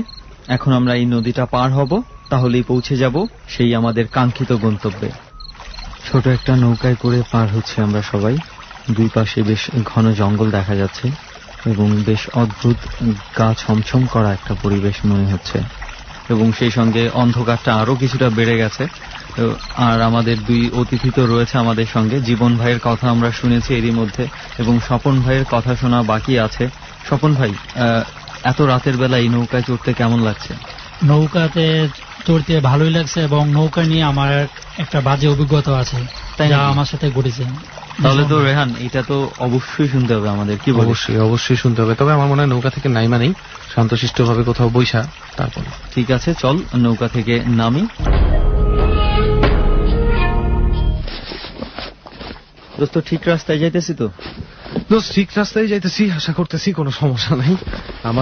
আমি যতটুকু আমার মনে আছে দোস্ত, এদিক দিয়েই, এইখানে ছাড়া আর কোনো তেমন পথই নেই। একটু নিচে তাকা, দেখবি কিছু কিছু জায়গায় ঘাস কম আর কিছু কিছু জায়গায় ঘন ঘাস। যে জায়গায় ঘাস কম ওইখান থেকে দিনের বেলা লোকজন ভালো রকম হাঁটে। যে বালু আছে, বালুর জন্য হাঁটা একদম মুশকিল হয়ে যেতে। ডিসগাস্টিং, এটা কিছু করার নেই। কিন্তু দোস্ত, আমার মনে হয় জুতা না খোলাই বেটার হবে। কুয়াকাটার একটা সমস্যা কি, এখানে কিন্তু শুধু বালু না, অনেক পাথর মাথর আছে, আর সাপখোপ টাপখোপ থাকতে পারে, ঠিক আছে? আর প্রচুর প্রচুর প্রবাল পাথর টাইপের পাথর আছে, বুঝছিস মামা? কখন যে পা কাইটা যাবে তুই চিন্তাও করতে পারবি না। আচ্ছা, কোথায় বসা যায় বলতো? এই যে এইখান থেকে দেখ, ওই যে দেখ ঘন হয়ে যেতেছে প্রায়, দেখছস? অনেক বেশি ঘন হয়ে যেতেছে। অত ঘনর মধ্যে আমরা না গিয়া আমার মনে হয় এখানে একটা হালকা খোলামেলা জায়গা আছে, একটু ঘাস ঘাস মতনও আছে। এখান থেকে ইভেন আমি সবচেয়ে বেশি যেটা চিন্তা করতেছি, আমরা হঠাৎ করে ডাক দিলে, বুঝছস, ওই যে এখানে আছে না লোকজন, হঠাৎ কোনো কারণে বাই চান্স যদি লাগে, কোনো ঝামেলা হলে পাওয়া যেতে পারে। তাহলে চল এখানে বসি। তাহলে এখানে বসে যাই, চল, তাই না? Let's sit here. বাইরে ভাই, ঠিকই বলছিস, বালু দেয়া হাঁটা। এবং দোস্ত, কোন জায়গাটা তোর মনে হচ্ছে? আমরা কি জঙ্গলের ওই যে বাম পাশে যে ঝাড়টা দেখা যাচ্ছে, সেখানে বসবি নাকি? আমি এই ঝাড়ের আশেপাশেই বসতে চাচ্ছিলাম, আসলে খুব বেশি ভিতরে যেতে চাচ্ছি না। তাহলে একটু বলেই ফেলি আসলে কেন এই জায়গাটাকে বেছে নেয়া। আসলে এখানে যে ঘটনাটা আছে, সেই ঘটনাটাকে আমি ঠিক ভুতুড়ে বলবো না, কিন্তু একটা আতঙ্ক সৃষ্টি করে। আর এই আতঙ্কের মূল কারণ হচ্ছে এই জায়গাটা একটা কারণে নাম করা, সেটা হচ্ছে সমুদ্রের জোয়ারের কারণে হোক আর যেই কারণেই হোক, এখানে প্রায়ই সমুদ্রে কোনো না কোনো ভাবে লঞ্চ ডুবির কারণে হোক বা জাহাজ ডুবির কারণে হোক বা হঠাৎ করে সাঁতার কাটতে গিয়ে ডুবে গিয়েই হোক, এরকম প্রচুর মৃত লাশ এই জায়গাটায় এসে জড়ো হয়। ঠিক আমরা যেখানে বসে আছি তার থেকে একটু সামনে ওই যে দেখ নদী দেখতে পাইতেছিস না, এখান থেকে কিন্তু দেখাই যায়। হ্যাঁ, এখান থেকে দেখা যায় যথেষ্ট নাম করা একটা স্পট, যেটা একটা এন্ডিং এর মতন। তো আমার কথা হচ্ছে যে, এবং সবচেয়ে বড় বিষয় হচ্ছে স্পটটা কিন্তু দেখতে অনেক সুন্দর। রাইট, অনেক সুন্দর, দিনের বেলা অনেক সুন্দর, আরো অনেক বেশি সুন্দর। আমরা সকাল পর্যন্ত আসি, তোরা দেখিস, অনেক সুন্দর। কিন্তু সবচেয়ে বড় কথা হচ্ছে যে জোয়ারের কারণে দোস্ত এখানে আসতেই পারে লাশ, এটা মেইন খুবই স্বাভাবিক ঘটনা। কিন্তু অস্বাভাবিক কথাটা হচ্ছে এইখানে যে লাশগুলো যতগুলো পাওয়া গেছে এখন পর্যন্ত, সেটা 15 দিন আগে হারিয়ে যাওয়া লাশ হোক, 1 মাস আগে হারিয়ে যাওয়া লাশ হোক, লাশগুলোর অবস্থা এমন ছিল যেন মাত্র গোসল করে উঠতেছে, অথবা তরতাজাই ছিল, একেবারে তরতাজাই ছিল। সদ্য মৃত হলে যেটা হয়, ইভেন মাছের খাবলা খাবলি পর্যন্ত থাকে নেই, যেটা ইউজুয়ালি খুব নর্মাল। এবং এবারে আসল কথাটায় আসি, যে কয়টা লাশ পাওয়া গেছে, একটা লাশেরও 2 চোখের 1 চোখও ছিল না। অলওয়েজ টোটালি কমপ্লিটলি নাইস একটা লাশ, মৃত ছাড়া, প্রাণ ছাড়া যারা সবকিছু আছে, আর একটা জিনিস নেই, সেটা হচ্ছে চোখ। এবং বিশেষ করে এই স্পটেই যে লাশগুলো পাওয়া গেছে, শুধুমাত্র সেই লাশগুলোর মধ্যেই এই অ্যাবনর্মালিটিটা দেখা গেছে। তো এবং আর আশেপাশের মানুষ যারা রয়েছে তারাও যেটা বলেছে যে এই পুরো জায়গার মধ্যেই প্রায় মাঝে মাঝে অদ্ভুত কিছু এরা দেখতে পায়। তো এলাকার মানুষজন সবসময় এই জায়গাটাকে এড়িয়ে চলার চেষ্টা করে, খুব বেশি এড়িয়ে চলে। এর একটা কারণ এটাও যে লাশগুলোকে এত তরতাজা অবস্থায় পাওয়া যায়, অনেকেই অনেক সময় জীবিত ভেবে ভুল করেছে, বাঁচাতে গিয়ে অনেক সময় দেখা গেছে যে না, আসলে মৃত। এই ধরনের বেশ কিছু ভীতি মানুষের ভিতরে কাজ করে। এবং এলাকাবাসীর কথা অনুযায়ী তারা সাঁতার কাটতেও দেখেছে, উঠিয়ে এনে দেখেছে মৃত। এখন এটা কতটুকু সত্যি, এটা যার বিশ্বাস করতে ইচ্ছা করবে সে এখানে এসে দেখুক। সবচেয়ে বড় কথা, যে সরাসরি দেখেছে, অনেকে হয়তো সরাসরি না দেখলে বিশ্বাস করতে চাইবেন না। এবং আমরা আসছি সেই ধরনের কিছু একটা দেখার জন্য। এবং সাথে তো স্বপন ভাই বলছিল যে আসার সময় নৌকায় যখন আসছিলাম, যে ওনার নৌকা নিয়ে একটা ঘটনা আছে। তো স্বপন ভাই, আপনার ঘটনাটা একটু শুনুন। হ্যাঁ, ঠিক আছে। ওকে, তাহলে এবার স্বপন ভাই বলছিলেন যে নৌকা নিয়ে আপনার একটা বাজে অভিজ্ঞতা আছে। আশেপাশে যে পরিবেশটা একদম অন্ধকার, আমরা সবাই একসাথে আছি। স্বপন ভাইয়ের পাশেই বস। সমস্যা নেই স্বপন ভাই, তাহলে একটু শুরু করেন। প্রথম থেকে বলি, আমাদের বাসা নরসন্দী শিবপুর জয়মঙ্গল গ্রামে। আমরা 2 ভাই 2 বোন। আমি সবার ছোট এবং সব থেকে আদরের। আমি আমাদের এলাকায় বড় হয়েছি এবং আমার জানা মতে আমাদের এলাকার পাশে অনেক হন্টেড জায়গা আছে, অনেক ভয়ঙ্কর, এখানে অনেক ভয়ঙ্কর ঘটনা ঘটেছে। মানে আমাদের গ্রাম এলাকাটা একদম জঙ্গল টাইপের, মানে পাহাড়ি এলাকা। সবাই জানে আমাদের এলাকায় যে সারাবাড়ি স্থানে অনেক খুব খারাপ খারাপ ঘটনা ঘটছে এবং অনেক মানুষ ভয় পেয়েছে। ছাড়া বাড়ি, মানে এটাকে ছাড়া বাড়ি কেন বলা হচ্ছে? মানে আমাদের দাদার সময় আর কি, তখন ওইখানে মানে আমাদের বর্তমানে আর কি কাজিন যারা আছে, মানে তাদের অনেক মানে পাড়া প্রতিবেশী আর কি যে বলা যায় যে ওদের আত্মীয় ওখানে থাকতো। মানে ওরা ওই জায়গায় মানে ওদের মানে জায়গাটা ছিল, বাসস্থান ছিল ওই জায়গাটা। হ্যাঁ, ওদের বাসস্থান ছিল। তো ওইখানে ওরা দেখা গেছে 1 বছর থাকছে। তো এরপর থেকে প্রবলেম শুরু হয়েছে যে ঘর মাঝখান থেকে ফেটে যাচ্ছে এবং ঘরটা ভেঙে পড়ে যাচ্ছে। কি ঘর ছিল? মানে পাকার ঘর, মাটির ঘর? হ্যাঁ, মানে এখানে ঘর দেখা যাচ্ছে নতুন একটা জায়গায় একটা ঘর তুলছে, তো ঘরটা তোলার পর থেকে তা ভেঙে পড়ে আছে। প্রতিবার দিলে এটা ভেঙে পড়ে যাচ্ছে। তো সবাই অবাক হয়ে গেছে, ব্যাপার কি এত ভালো। আশেপাশে আর কোনো কি ঘর বাড়ি ছিল না? না, এটা আশেপাশে কোন ঘর বাড়ি ছিল না। কারণ যাদের জায়গাটা তারা খুব দরিদ্র, ঠিক আছে, তারা 4 ভাই, 1 ভাই আর কি এখানে চলে আসছে। এর আগে কি এখানে কোনো ঘর বাড়ি ছিল? না, এর আগে ছিল না। মানে একটা ঘর আছে, এটা অপর সাইডে, এটা ভালো। আর যেটা পাশে নতুন একটা যে ঘর তৈরি করা হয়েছে, ওই ঘরটা দেখা গেছে ওখানে ঘর মানে তুলতে মানে 2-3 হাত উপরে উঠলে মানে যে কোঠা বলা হয়, কোঠা ফেটে পড়ে যাচ্ছে। মানে আমাদের আর কি মসজিদের ইমাম ওকে বলে যে দেখেন তো হুজুর, এখানে এমনটা হচ্ছে যে আমরা ঘর তুলতে তুলতে ঘরটা ভেঙে পড়ে যাচ্ছে। তো হুজুর একটু পানি পড়াতে ওইখানে ছিটিয়ে দেয়। আর ও হুজুর বলে যে ওইখানে 4-5টা পোলাপান নিয়ে মানে মানুষকে আর কি একটু সিন্নি বা যেটা কিছু খাওয়িয়ে দেওয়া হয়। তারপর থেকে এখানে মানে ঘরটা উঠে, তো ওই ঘরে ওরা থাকতে থাকে। ঠিক কিছুদিন পরে এখানে দেখা গেছে কেউ ভয় পাচ্ছে, দেখছে বড় একটা মানুষ দাঁড়িয়ে আছে বা একটা বৃদ্ধ একটা মহিলা মানে ঘরে কোনা দাঁড়িয়ে আছে, বা কন্টিনিউ একটা না একটা প্রবলেম ওরা ফেস করতেছে এবং প্রতিদিন কেউ না কেউ ভয় পাচ্ছে। দেখা গেছে কেউ ঘর থেকে বাইরে হয়েছে, দেখে যে ঘরে কোনা একটা বৃদ্ধ মহিলা, লম্বা লম্বা চুলগুলো সামনের দিকে দাঁড়ানো, মুখ দেখা যাচ্ছে না। আকৃতিটা দেখা যাইতেছে, মুখ দেখা যাইতেছে না, মুখ দেখা যাচ্ছে না। দেখা গেছে যদি আবার অন্য কাউকে দেখায়, দেখা গেছে মিনিটের মধ্যে উধাও হয়ে যায়, মানে আর কিছু দেখা যায় না। কাউকে ডাইকে দেখাইতে চাইলে আর দেখা যাচ্ছে না, দেখা যাচ্ছে না। যারা বাসা তারা একটু বাইরে হয়েছে একটু বেশি রাত্রের বেলায়, তো দেখতেছে যে একটা লোক হাঁটতেছে, অনেক লম্বা, 10-12 ফিট হবে, প্রচুর লম্বা, সাদা লুঙ্গি পরানো, বড় বড় চুল, ওর চোখ 4টা, বুকের মাঝে 2টা চোখ, তার কপাল নিচে 2টা চোখ, 4টা চোখ। তো ওটা দেখে ওরা সবাই থমকে গেল, যে সবাই দেখলো যেটা আসতেছে ওদের সামনে। তো সবাই দরজা বন্ধ করে ঘরের ভিতরে বসে থেকে ওরা যা সূরা কালাম আছে এগুলো পড়তে থাকে এবং আস্তে আস্তে এটা মানে চলে যায় আর কি। পসিবল। রেহান, তোর কি মনে হচ্ছে এটা? আমি এখন পর্যন্ত এভাবে সচক্ষে দেখতে খুব কম শুনছি। এই ধরনের দৃশ্য সাধারণত মানুষ স্বপ্নে দেখে বা কোনো একটা কিছুতে ভয় পাওয়া থাকলে আগে থেকে পরোক্ষভাবে অনেকে দেখে থাকে। মানে এটা সামনে আসতেছে আবার উদয় হয়ে যাচ্ছে, প্রতিদিন কন্টিনিউ এখানে ভয় দেখানো হচ্ছে। আচ্ছা, ওই ফ্যামিলিটা যে থাকতো, ফ্যামিলিটার কয়জন সদস্য ছিল? ওরা ওদের ছোট 2টা, একটা ছেলে একটা মেয়ে ছিল, আর মোটমাট 4 জন ছিল।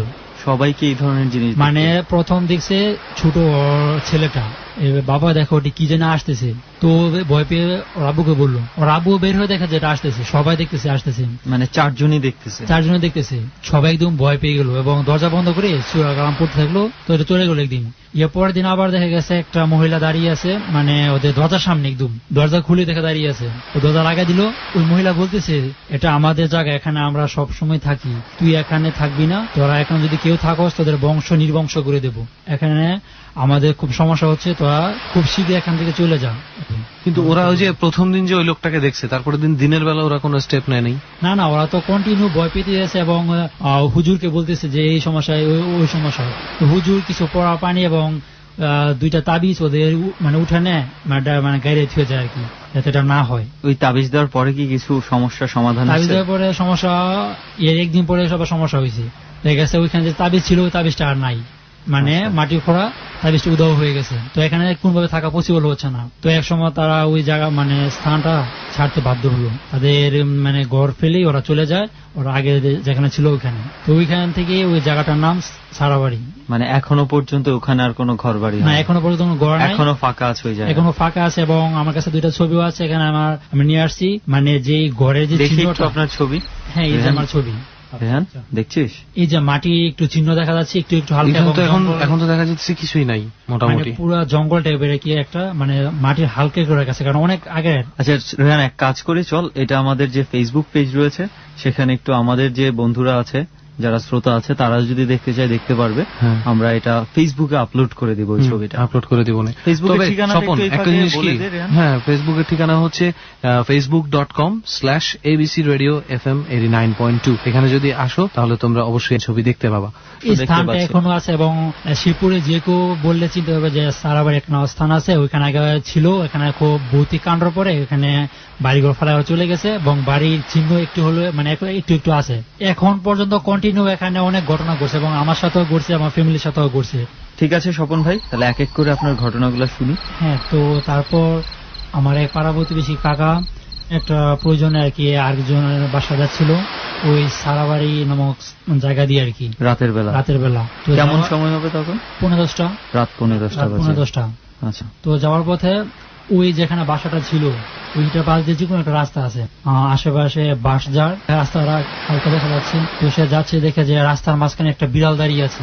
বিড়ালটা সে যেদিকে যায় ওর সামনে যে দাঁড়ায়, মানে বিড়ালটা পথ আটকায় দাঁড়াইতেছে। হ্যাঁ, মানে ওর সামনে হাঁটতেছে, বিড়ালটা ওর সামনে পায়ের কাছে দাঁড়ায় আছে যাইয়া। তো ও রাগের চোটে বিড়ালকে এক লাথি দেয়, মানে একটা জঙ্গলের মাঝখানে যে পড়ে।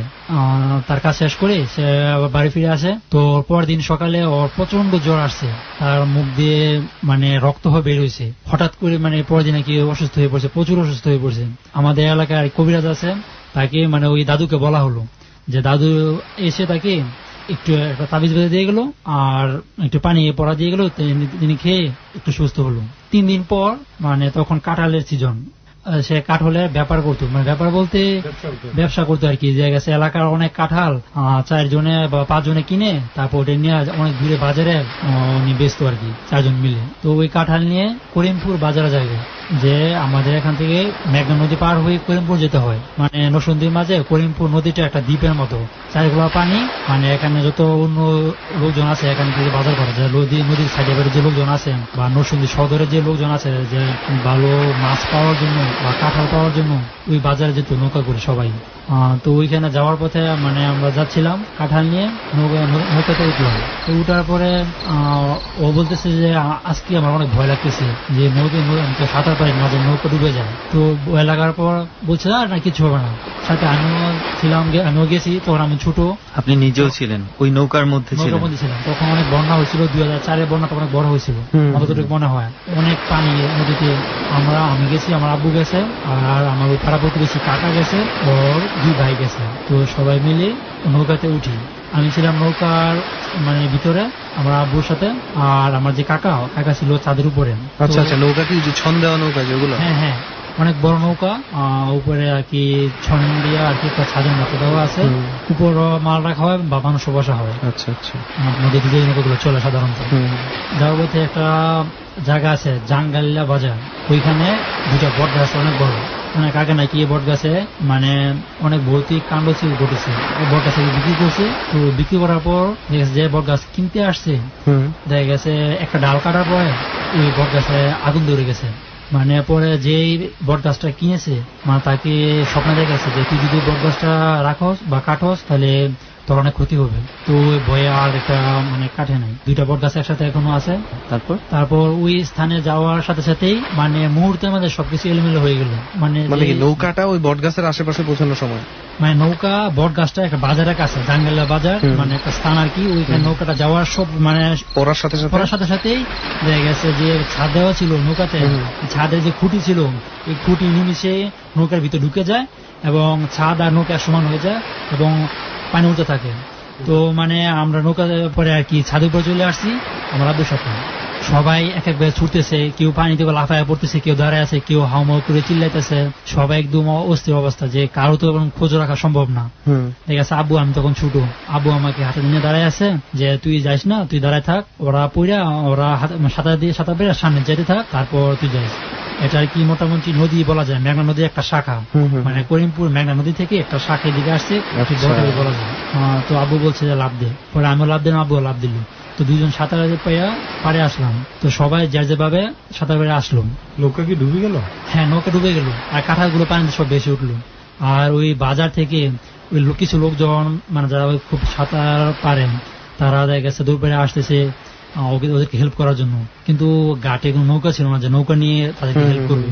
দেখা গেছে সবাই আমরা পারে উঠলাম, তো দেখলাম যে কে বাকি আছে, তো সবাই খোঁজাখুঁজি পর দেখা গেল যে কাকাটা ওই বিড়ালকে লাথি দিছিল ওই কাকাটাকে পাওয়া যাচ্ছে না, এবং সবাই হতবাক সে কোথায় যাবে। তো সারাদিন আমরা সেখানে ওকে বিছড়াই, এবং চোখের সামনে ঘটনাটা যে এলাকার লোকজন খুব ভালো, দেখা গেছে ওরা নিজে বড় বাঁশ ছিল এখানে, ওই বাঁশ না ওরা নিয়ে পানিতে মানে জোনে একটা করে বাঁশ সাঁতারা নিয়ে ওটা পানিতে গিয়ে 4-5 জন তো মানে ডুব দিয়ে নিচে খুঁজতেছে, আবার আয়সা একটু ক্লান্ত হলে বাঁশ দ্বারা মানে একটু রেস্ট নিচ্ছে আবার বিছড়াইতেছে, কিন্তু পুরা নদীটা একদম ডুবে তমতম করে ফেলছে, কোনোভাবেই আমার কাকে গার পাচ্ছে না। তার নাম হচ্ছে রশিদ। যে এলাকায় শুনছে যে নৌকা ডুবে গেছে সবাই যার যার বাসা থেকে নৌকা দিয়ে গেছে ওইখানে, তো তারপর সন্ধ্যা হয়ে এলো আর যারা ছিল তারা ওই আমার কাকাকে খুঁজছে। আর শুধু একজনই মিসিং ছিল, সেটা হচ্ছে আপনার এই কাকা। তো এমনই আর কি সন্ধ্যা হয়ে এলো, আমার কাকাকে আর পাওয়া গেল না। তখন মানে বাজারে কমিটিতে এটা বলা হলো যে এটা আসলে আপনারা দেখেন কি হয়েছে, আপনাদের এখন ঘটনাটা হয়েছে। তো ওই কমিটি আর কি মানে মেঘনা নদীতে যারা মাছ ধরে অনেক বড় জাল, হ্যাঁ এই জাল আর কি ওকে যে জালো মানে ওই তাকে ফোন দেওয়া হলো যে তুমি জাল নিয়ে আসো, আমাদের এখানে একটা ঘটনা হয়েছে, মানে জেলেদেরকে ফোন দেওয়া হয়েছে যে জেলে তুমি আসো। তো যেখানে ঘটনাটা হয়েছে এর আশেপাশে মানে অনেক লম্বা এরিয়া নিয়ে জাল টান দিল, চারিপাশে টান দিয়ে সে যখন পেলো না তখন বলতেছে যে এখানে কোনো কিছুই নাই, জালটা যাতে মাটির নিচে শেষ পর্যন্ত যায়, 2টা ইট বাঁধা দেওয়া হয়েছে জালে যাতে শেষ পর্যন্ত যায়, এবং 1 ইঞ্চি মাটির নিচে যদি কিছু থাকে তাই ওইটা চলে আসবে, কিন্তু কিছুই পাওয়া গেল না। মানে বাজার থেকে অনেক দূরে যে বলছিলাম 2টা বট গাছ, ওই বট গাছে মানে 1/2 কিলোমিটার প্রায় 2 নৌকো দিয়া জাল একদম ওই বট গাছে পাস করে সামনে নিয়ে জালটা কোনা রাখলো। This track was downloaded from FusionBD.com. যে ওই বট গাছে যে যেখানে এখানে বরাবরই নদীটার কাছে মানে ওইখানে ধরা পড়লো, মানে পাওয়া গেলো আমার কাকাকে। এটা কি জালের মধ্যে? এবং যেভাবে পাওয়া গেছে মানে 2 হাত মোট করা, এবং পাওয়াগুলো মানে মানুষ যেভাবে লাভ দেয় পানিতে লাভ দেওয়া স্টাইলই রয়েছে, সে 1 ফুটা পানিও খায় না, এবং তার হাত পা যেভাবে ছিল আছে এবং মুখটা নীল হয়ে আছে, এবং যে কেউ যেন তার গলা টিপে ধরছে এবং মুখটা একদম নীল হয়ে গেছে। মানুষ দেখা গেছে পানি খেয়ে যদি মারা যায় তাহলে তার পেট ফুলে যাবে, কিন্তু তার পেটে 1 ফুটা পানিও ছিল না। সে যেদিকে মানে লাভ দিয়ে পড়ছে, পড়ার পর ওকে কিছু একটা ওকে নিয়ে গেছে, টেনে নিয়ে গেছে। আচ্ছা, লাশটা কি বট গাছের সাথে পানির নিচে আটকায় ছিল? হ্যাঁ, তো ওইখানে মানে লাশটা পাওয়া গেল, এবং সম্পূর্ণ সে একদম বরফের মতো হয়ে গেছে, কাঠের মতো শক্ত হয়ে গেছে। তো আচ্ছা, আমি একটা জিনিস একটু জানতে চাই আপনার কাছে, যে বিড়ালটাকে লাথি মারার কয়দিন পর ঘটছে এই ঘটনা? 3 দিন পরে এই ঘটনা ঘটছে। 2 দিন ওর জ্বর ছিল, তো আমার দাদু ওকে তাবিজ দেওয়া আছে, আর পড়া পানি খাওয়ার পর একটু সুস্থ হয়েছে। তো ওই তাবিজটা তখন আর হাতে ছিল না যখন সে তাকে পানিতে উঠানো হয়েছে, কারণ মানে যখন ওনার লাশটা পাওয়া গেছে সেই লাশের সাথে তাবিজটা ছিল না। আমরা তো জানতাম সে কোনো সময় তাবিজ এগুলো বিশ্বাস করতো না, আর এগুলো সে মানে শুলে রাখতো না, হয়তো সে নিজেই ফেলে দিয়েছে। 2 দিন তাবিজটা মানে দিছে, যেহেতু রাখছে, খুব কষ্ট হয়েছে, যে সবাইকে বলছে যেটা আমার ভালো লাগে না, কি দিছে হাতের মাঝে, এটা একটা বোঝার মতো লাগে। আচ্ছা, কত ঘন্টা পর যেন পাওয়া গেছে? ওটা ডুবেছে 9:30 আর পাওয়া গেছে 6টা বাজে।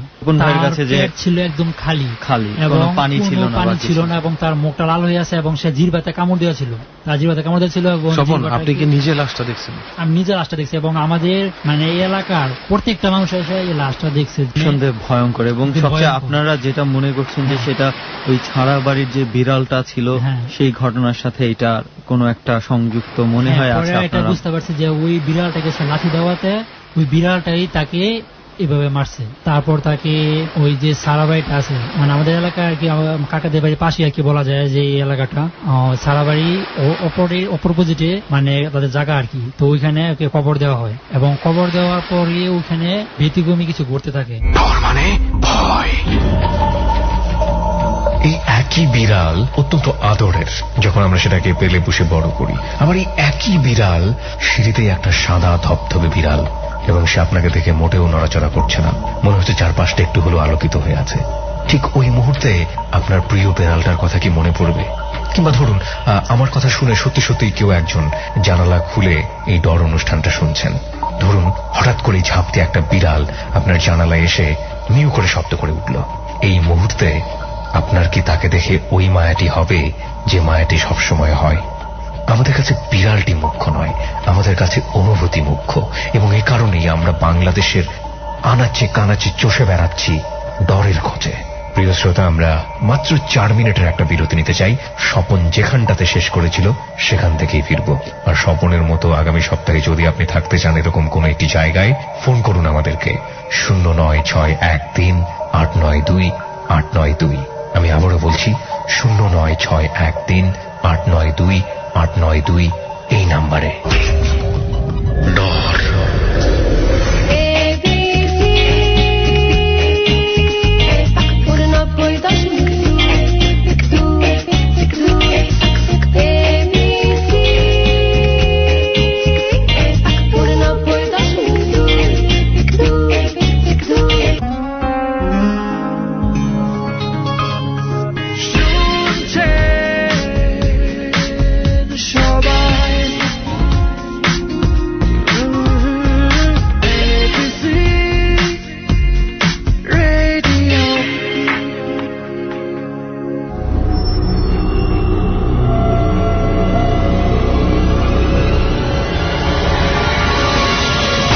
ডর মানে ভয়।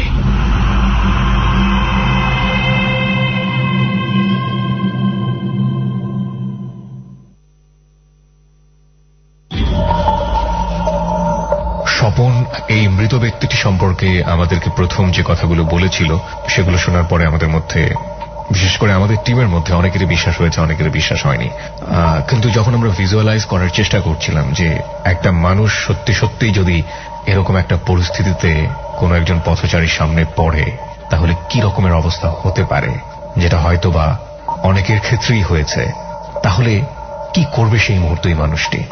আমি শুধুমাত্র আপনাদের আগ্রহ তৈরি করার চেষ্টা করছি, কিন্তু ঘটনাটি কি ঘটেছিল সেটা আমরা জানবো স্বপনের কাছ থেকেই। বিরতির পরে আরো একবার স্বাগত জানাচ্ছি প্রিয় শ্রোতা। আপনারা সবাই শুনছেন বৃহস্পতিবার রাতে এবিসি রেডিওর আয়োজন, ইনফ্যাক্ট নতুন আয়োজন ডর। আমি আরজি কিবরিয়া আপনার সঙ্গে রয়েছি, সঙ্গে রয়েছে আমার টিম মেম্বাররা। লোবান আছে, সুমন ও রেহানকে তো শুনতেই পাচ্ছেন। আর গত সপ্তাহে 2 জন অতিথিকে আমরা নির্বাচন করেছিলাম, যাদেরকে নিয়ে সুমন এবং রেহান কুয়াকাটা ভ্রমণ করে কুয়াকাটার একটা নদীর মোহনায় বসে অদ্ভুত সুন্দর ভৌতিক একটা এনভায়রনমেন্ট ধারণ করেছে তাদের জীবনে ঘটা অতি প্রাকৃত ঘটনাগুলো। চলুন আমরা আবারও ফিরে যাই স্বপনের কাছে।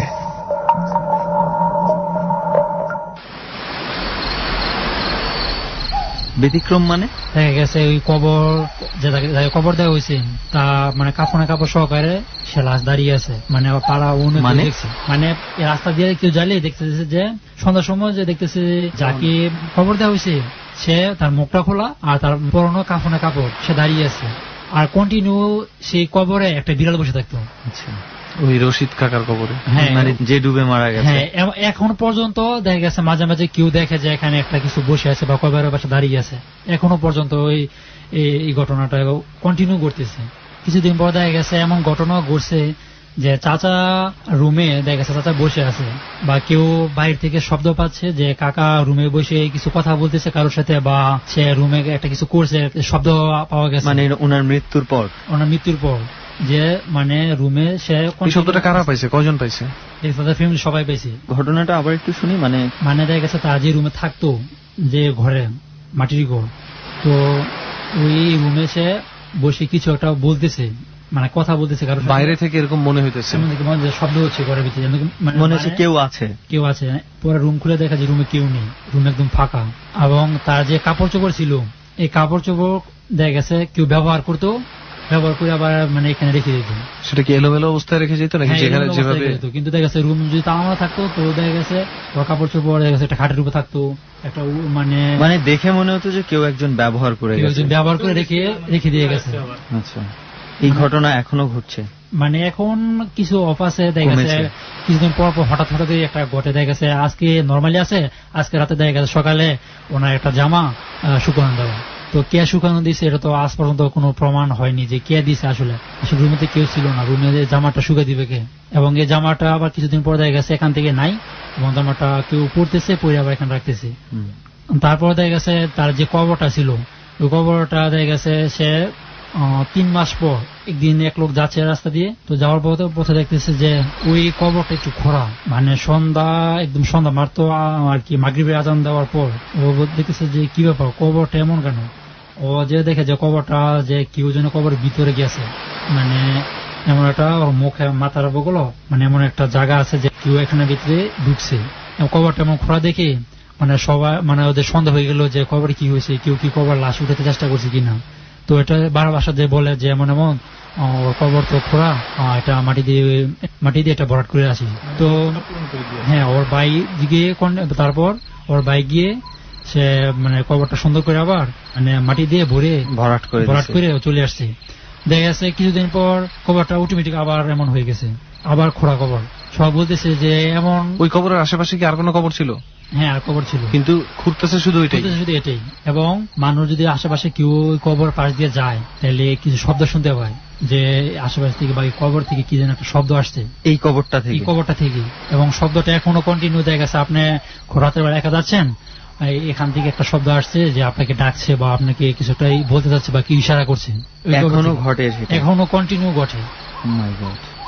আপনি নিজে কখনো দেখেছেন? হ্যাঁ, আমি নিজে দেখেছি। কি হয়েছে একটু বলেন তো। আমি দুপুর নামাজ পড়ে দুপুর বেলা নামাজে যাচ্ছি, তো যাওয়ার পথে মানে দেখি যে কি জানি মানে ডাকছে পিছনে। তো দিনের বেলা আমি পিছনে তাকাইতেই পারি, তাকাই দেখি যে কিছু নাই। তো তাকালাম যে কবরটার দিকে, মানে পিছনে কি বলবেন যে কবরটা, তো এই কবর দিকে দেখলাম যে কি যেন একটা শব্দ হচ্ছে। 2 মিনিট দাঁড়িয়ে থাকলাম থ হয়ে, যে আসলে শব্দটা কিসের হচ্ছে, মানে কোথা থেকে আসছে। কিছুক্ষণ পর দেখলাম আর শব্দ একদম নিমিশে শেষ হয়ে গেল, আর কোন শব্দ পেলাম না। কবর আর ছাড়াবাড়ি দুইটা মিলে মানে সবার কাছে এটা পরিচিত হয়ে গেছে এলাকার, যে এই জায়গাটা খুবই ভয়ঙ্কর হয়ে গেছে। এবং তার পাশে তারই মানে কবরটার নিচে আর কি নামা, আর কি কবরটা ছিল পাহাড়ের একটু উপরের টাইপের আর কি। তো নামাতে আর কি মরা খোলা ছিল, দেখা গেছে এখন অনেক মাটির হাড়ি এগুলো পাওয়া যায়, মানে হিন্দু ছিল আর কি। তো ওইখানে একটা মরা খোলা ছিল, তো এই মরা খোলাটা এখনো আছে, সবাই চিনে আর কি এক নামে মরা খোলা পাশ দিয়া আর ছাড়াবাড়ি আর কবর, তিনটে এখানে এখন রাত্রেবেলা কেউ এখানে যেতেই পারে না। আচ্ছা, ঠিক তেমনই কিছুদিন পর আমার সাথে এই ফাঁকে একটু বলি রেহান, কোনো একদিন কোনো এক যাত্রায় আমরা ওই জায়গাটাতে কিন্তু যাবো, এটাই সুমন আমার মাথায় ঘুরতেছিল, বুঝছিস, এবং সারা রাত ওখানে থাকবো। আমরা সেই ভয়টা আমরা পেতে চাই। তারপর স্বপন ভাই, তারপর যে মেন ঘটনা আমার সাথে যেটা ঘটছে, একদম আমার সাথে, এবং যার ব্যাখ্যা আমি আজও পাই নাই। এখনো মনে হয়েছে যে আমার শরীরে দেখেন বা আমার শরীরে পশম একদম দাঁড়িয়ে গেছে, যে আমার মনে হইলেই ঘটনাটা একদম মানে থমকে যায় যে কি হয়েছিল।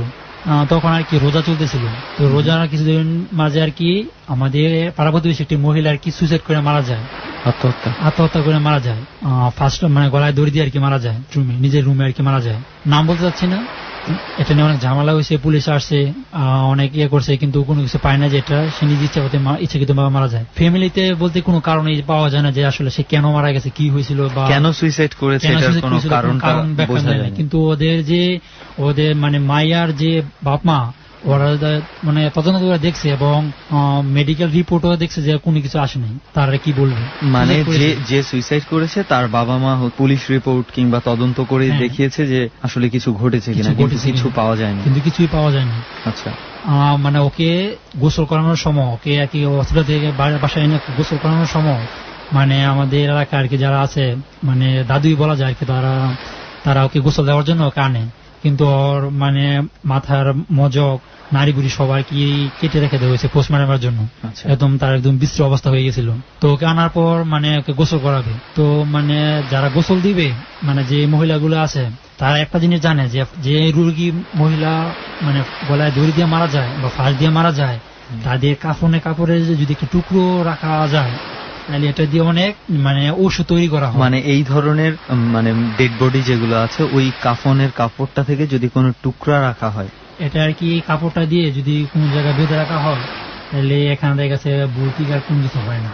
বা এই কাপড়টা যদি মানে দেখা গেছে গ্রাম এলাকা মাছ ধরা পলো আছে, এই পলোর মাঝে যদি একটু বেঁধে রাখা হয় তাহলে অনেক মাছ পাওয়া যায়।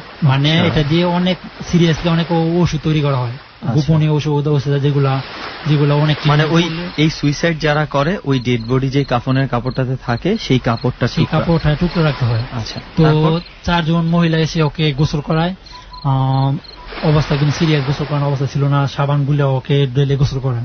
তো গোসল করানোর পর মানে গোসল করানোর সাথে আর কি যে কাফনে কাপড় যখন করায় তখন এই কাফনে একটা টুকরো রেখে দেয় তার মানে শাড়ির আঁচলে বেঁধে ওই মহিলাটা ওই চারজনের একজন যে এটা দিয়ে কাজে লাগাবো, কিন্তু ওকে যথারীতি গোসল কাফনে কাপড় পরাইয়ে ওকে কবর দেওয়া হয় কিছুদিন পর মানে এর পরের দিনে সে যে মহিলা 4 জন গোসল করাইছে সে যে কাপড়ের টুকরা আনছে তার একদম ভুলে গেছে, সে তার কাপড়ের টুকরা তার শাড়িতে আছে এবং সে রাত্রে ঘুমিয়ে পড়ছে এবং তাকে দেখা গেছে কি যেন একটা ওকে গলা চেপে ধরছে যে ওই তুই কাপড়ের টুকরা কেন নিয়ে আসলি। রাতের বেলা স্বপ্ন দেখছে যে তাকে চেপে ধরছে, তুই এটা কেন নিয়ে আসলি, তোর তো এটা নিয়ে অনেক ক্ষতি হবে, তুই এটা জান থেকে আসতো তো এটা ওই কবরে নিয়ে রেখে দিয়া, ওইটা খুব খারাপ হয়েছে, যদি তুই এটা রাখিস তাহলে তোর ভবিষ্যতে তোর অনেক ক্ষতি হবে, তুই কাপড় টুকরা যেভাবে পারস নিয়ে দিয়া তুই এটা কেন নিয়ে আসলি। মানে তার সাথে মানে অনেক দোস্তাদোস্তি করার পর মানে ও কিন্তু মেরে ফেলার চেষ্টা করা হচ্ছে এবং সেও খুব ট্যালেন্ট ছিল এবং শক্তিশালীও ছিল এবং কিছু কুফরি কালামও জানতো, যেহেতু সে আমাদের এলাকার মানে যত মাস লোক মারা যায় সবাইকে তিনি আর কি গোসল দেয়। বুঝুনি তো কতটুকু সাহসের পর তিনি গোসল করাতে যায়। তো এই কাপড় টুকরা ওর শাড়ি আঁচলে ছিল। তো ওকে আর যে 3 জনকে বলছে যে তোরা ওকে কেন বললি এটা নেওয়ার জন্য, তোরা না করলি না, তোরাও যে তোর সাথে ছিলি, মানে ওই 3 জনও জানতো যে সে নিয়েছে। হ্যাঁ 3 জনও মানে 4 জন মিলে এটা নেওয়া হয়েছে যে এটা নিয়ে একটা ওষুধ তৈরি করা যাবে, এটা তো মানে সহজে পাওয়া যায় না, সোসাইটির একটা অংশ, এটা রাখতে হবে। এই 4 জনই স্বপ্ন দেখছে, 4 জনই মানে স্বপ্নে তাদেরকে অ্যাকচুয়ালি আক্রমণ করা হয়েছে, মেরে ফেলার জন্য হুমকি দেওয়া হয়েছে এবং মেরে ফেলার চেষ্টাও করা হয়েছে।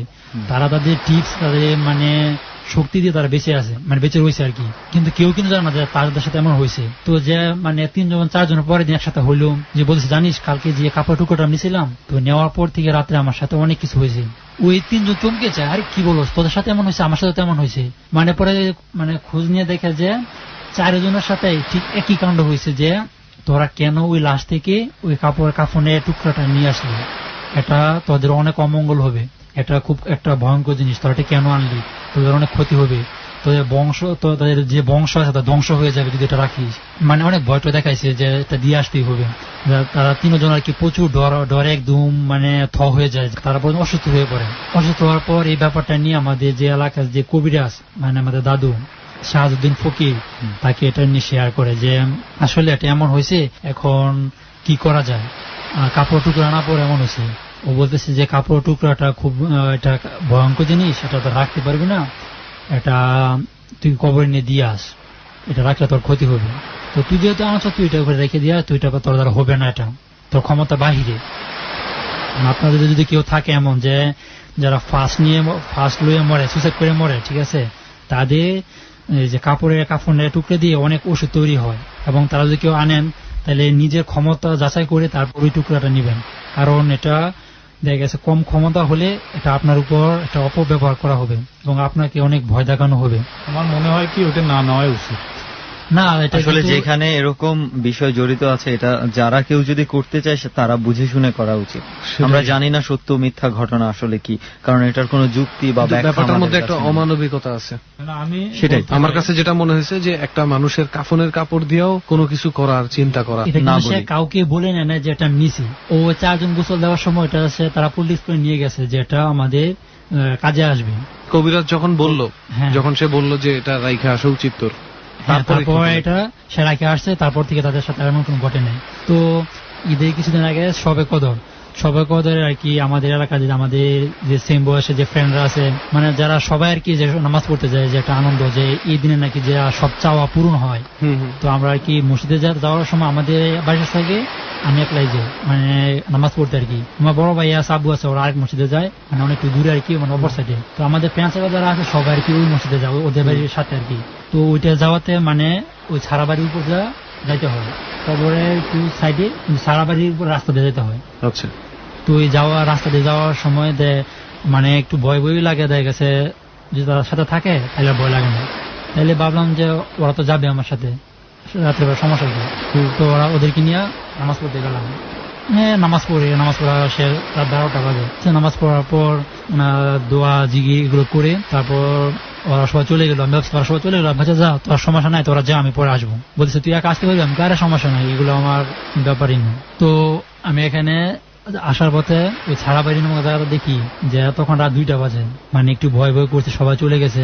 তখন পৃথিবী থেকে যত মানে ভৌতিক ঘটনা আছে, যত হন্টেড মুভি আছে, এবং আমার সাথে বা আমাদের এলাকায় বা টোটালি পৃথিবীতে যত ভৌতিক বিষয় আছে সব আমার মনে পড়তে শুরু করলো, এবং একটু একটু ভয় পেতে লাগলাম যে এত রাত্রিবেলা যাবো। আমার বাসাটা সারাবাড়ি ক্রস করে যেতে হবে, শুধু আমি একা যাবো। তো ওই সারাবাড়ি ওখানে আমি আসার পর থেকে দেখি যে এমন বৃষ্টি আর এমন জ্বর শুরু হয়েছে, মানে তখন সারাবাড়িটা তখন আগেই বলছি যে একটা বাঁশঝাড়ের মতো একদম মানে একদম জঙ্গল টাইপের, এখানে আগে বাড়ি ছিল, এখন বাড়ি নেই।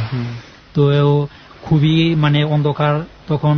তো আমার একটু অনেক ভয় ভয় লাগছে যে আসলে, আর শিয়াল ডাকতেছে, মানে একটা শিয়াল যে সামনে দাঁড়ায় তো আমার মনে হয় যে আমি ভয় পেয়ে যাবো। তো খুব ভয় পেতেছিলাম যে আসলে কি করব। তো সামনে একটু সামনে গেলাম, দেখি যে মানে সারা বাড়ি খুব প্রচন্ড ঝড় বৃষ্টি হচ্ছে, কিন্তু দেখলাম মসজিদে বাড়ার সময় কোনো ঝড়ের কোনো সম্ভাবনা নেই। হঠাৎ বৃষ্টি আর ঝড়, আর দিনে মানে একদিন চমকাইতেছে, মানে যে বাঁশগুলো আছে যার দেখবেন বাতাসে যে বাঁশ ঝাড়গুলো আছে একবার মাটিতে সবগুলো নিচে নামে আবার উপরে উঠে, এমন দুলতেছে বাঁশ। তো একটা বাঁশ দেখি রাস্তা পুরো ব্লক করে পড়ে আছে। তখন দাদুর কথা মনে পড়ে গেলো যে আমার কবিরাজ দাদু ছিল, সে বলতো কোনো বস্তু বা কোনো কিছু যদি দেখো রাস্তা ব্লক করে পড়ে থাকে বা কোনো লাঠি বা কোনো মানে বস্তু, তাহলে তাকে ডেয়ে যাবি না, তার উপর দিয়ে যাবি না, কারণ অনেক জিন ভূত আছে যে রাস্তার মাঝে শুয়ে ঘুমায় থাকে, তাদের শুয়ে থাকলে তাদের উপর যদি কেউ ডেইয়া যায় তাহলে তাকে মেরে ফেলা হয় বা অবস্থা খুব সিরিয়াস হয়ে যায়। এই জন্যই তারা সবসময় বাম হাতকে ভয় পায়। যদি কোনো কিছু রাস্তায় পড়তে থাকে তো ওইটার মাঝে বাম হাত বা বাম পা দিয়ে টাচ করে দেখবি যে এটা কি, যদি ভূত হয় তাহলে এটা নিমেষে মানে যাই চলে যাবে, আর যদি এটা কোনো বসতে হয় তাহলে পড়ে থাকবে। তো এখনো ভয় করছে যে জায়গাতে বসে আছি, ঠিক ওই সারা বাড়ির মতো অবস্থা, এখানে একটু ভয় করছে। তো আমি পাওয়ারটা বাম পা একটু লাগাতে না লাগাতে বাসটা পলকের বেগে মানে উপরে চলে গেল, মানে আরেকটা বাসের সাথে, মানে যেখানে বাসটা মানে সোজা করা থাকে বরাবর থাকে মানে উপর দিকে, ওইখানে চলে গেল।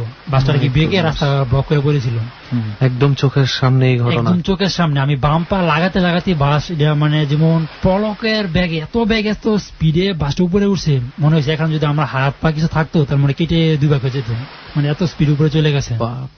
এটা দেখে আমি তো একদম পুরো ভয় পেয়ে গেছি। তারপর একটু সামনে যে দেখি যে বাঁশঝাড়, এই বাঁশঝাড়ে আগুন লাগছে, বৃষ্টির মাঝে বাঁশঝাড়ে যে পাতা আছে এগুলো কাঁচা পাতা আগুন লেগে পুড়তেছে, এবং মানে কেউ যেমন সিরিজ দেওয়া পানি দিলে যেমন হয় না, আমার শরীরে পানি পড়তেছে। বৃষ্টির পানি তো দেখা গেছে উপর থেকে পড়ে বা বাতাসের পানি ধুলায় ফেলায়, কিন্তু এই পানিটা আমাকে সিরিজ দেওয়া, আমাকে মেনশন করে যেমন পানিটা আমাকে স্প্রে করা হচ্ছে, এমন মানে আমার সারা শরীর ভিজে যায়। আমি বুঝতে পারছি তখন যে আমার সাথে উল্টাপাল্টা কিছু হচ্ছে, আমাকে এখন ভয় পেলে চলবে না। তো আমি ঠান্ডা মাথায় দেখা গেছে ভয় পাচ্ছি, তবুও আস্তে আস্তে সামনে হাঁটতেছি আর ভয় পাচ্ছি। দেখি যে প্রচন্ড বৃষ্টি, দেখা গেছে উপর থেকে গাছের ঢাল ভেঙে আমার সামনে পড়তেছে, আমার পিছনে পড়তেছে। এখানে আম গাছ, গাব গাছ, কাঁঠাল গাছ এগুলো আছে আর কি, গাছের পাশে রাস্তা আর কি, রাস্তার উপরে আর কি গাছ, চিকন রাস্তা তো, আর এখানে গাছও কম কাটা হয়, মানে এখানে কেউ ভয় আসেই না বেশি। যাই হোক, এই ঘটনা ঘটছে। তারপর আমি মানে এক দৌড় দিয়ে মানে বাসায় গেলাম, একদম সারা শরীর আমার ভিজা। বাসায় যে আম্মুকে জোরে ডাকতেছি, তো বাসায় যাওয়ার পর আম্মুকে বলতেছে, আম্মু আমার সাথে না এই হয়েছে, প্রচন্ড বৃষ্টি। আমি আরো বেশি অবাক হলাম যেটা দেখে যে বাসায় গিয়ে দেখি কোনো বৃষ্টি নাই, একদম ভালো দিন, কিন্তু আমার শরীর আম্মু বলতেছে কিরে পুষ্কুনি থেকে গোসল করে আসছো নাকি, যে শরীর আমি ভিজা কেন, কি বলবো বুঝতেছি না যে আসলে ওইখানে কি অবস্থা দেখলাম। আম্মু তোমার পুরোপুরি ভিজা দেখছে। হ্যাঁ দেখ সুমন, এখানে ব্যাপারটা খেয়াল করছোস, এখানে কিন্তু কিছু প্রমাণ রয়ে যেতেছে। এমন যদি হইতো যে ও বাসায় গিয়ে একলা একলা মুছা ফেলাইছে গা পরে, তাহলে আমরা বুঝতাম যে না, আরে মনে হয় ভুল ভাবছে বা পয়রা টরে গেছিল, টের পায়নি ভয়ে, এরকম কিছু। কিন্তু এখানে কিন্তু ওর আম্মাও দেখছে, চোখগুলো বড় বড় হয়ে আছে। আমি বলতেছি কি হয়েছে, কি সমস্যা। আম্মু বুঝে গেছে একটা কিছু হয়েছে। আমি বললাম যে আম্মু আমার সাথে এই হয়েছে। এটা বলার পর আম্মু বুঝতে পারছে যে এখানে তো আগে অনেক কিছু হয়েছে, এই জন্য হয়তো ওর সাথে এমনটা হয়েছে। তারপর আম্মু আমাকে গরম পানি করা রাত্রে আর কি, তখন 3টা বাজে, গরম পানি করায় বরুই পাতা, বরাক বাঁশের পাতা এগুলো দিয়ে মানে আর কি পানিটা গরম করে তারপর আমাকে গোসল করায় এবং তুলসী পাতাও দেয়। তো এই ঘটনা কি আমার দাদুকে বললাম, দাদু দেখেন এমন হয়েছে। তো দাদু আমাকে আর কি একটু পানি টেন দিল আর তাবিজ দিল। আমি এতটুকু বড় হয়েছি কোনো সময় কোন তাবিজ ইউজ করিনি, মানে তাবিজ আমার শরীরে আমার কাছে একটা বোঝা মনে হয়। তো এমন কিছুদিন চললো ভালো, দেখা গেছে আমি যদি ভয় পাইতাম তাহলে আমার মনে হয় ওই দিন আমি ওইখানে পড়ে থাকতাম। আমি সাহস করে আমি বাসায় আসি।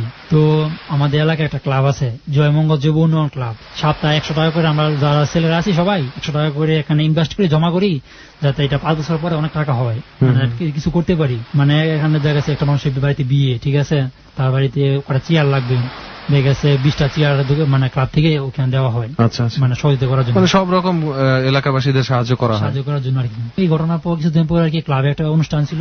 ও ঈদের পর আর কি আমরা বক্স এনে, মানে ঈদ উপলক্ষে আমরা ক্লাবে একটা পার্টি দিই। যে আমরা যে ফ্রেন্ডস এর নাম বলছি ওরা সবাই আর কি ক্লাবে থাকি। যে বড় ভাইরা ছিল, তো বড় ভাইরা চলে গেছে, আমরা ছোট ভাইরা আছি এখন। বড় ভাই চলে গেছে, যে আমরা এখন ছোটরা একটু মজা করুক এরকম নাচ গান মজা আর কি, সবাই ফ্রেন্ডস মিলে নাচানাচি লাফালাফি আর কি করতাম। তো বক্স ভালো করে অনেক বড় বড় বক্স আনছি এবং রাত্রি বিরিয়ানি পাক করা হয়েছে।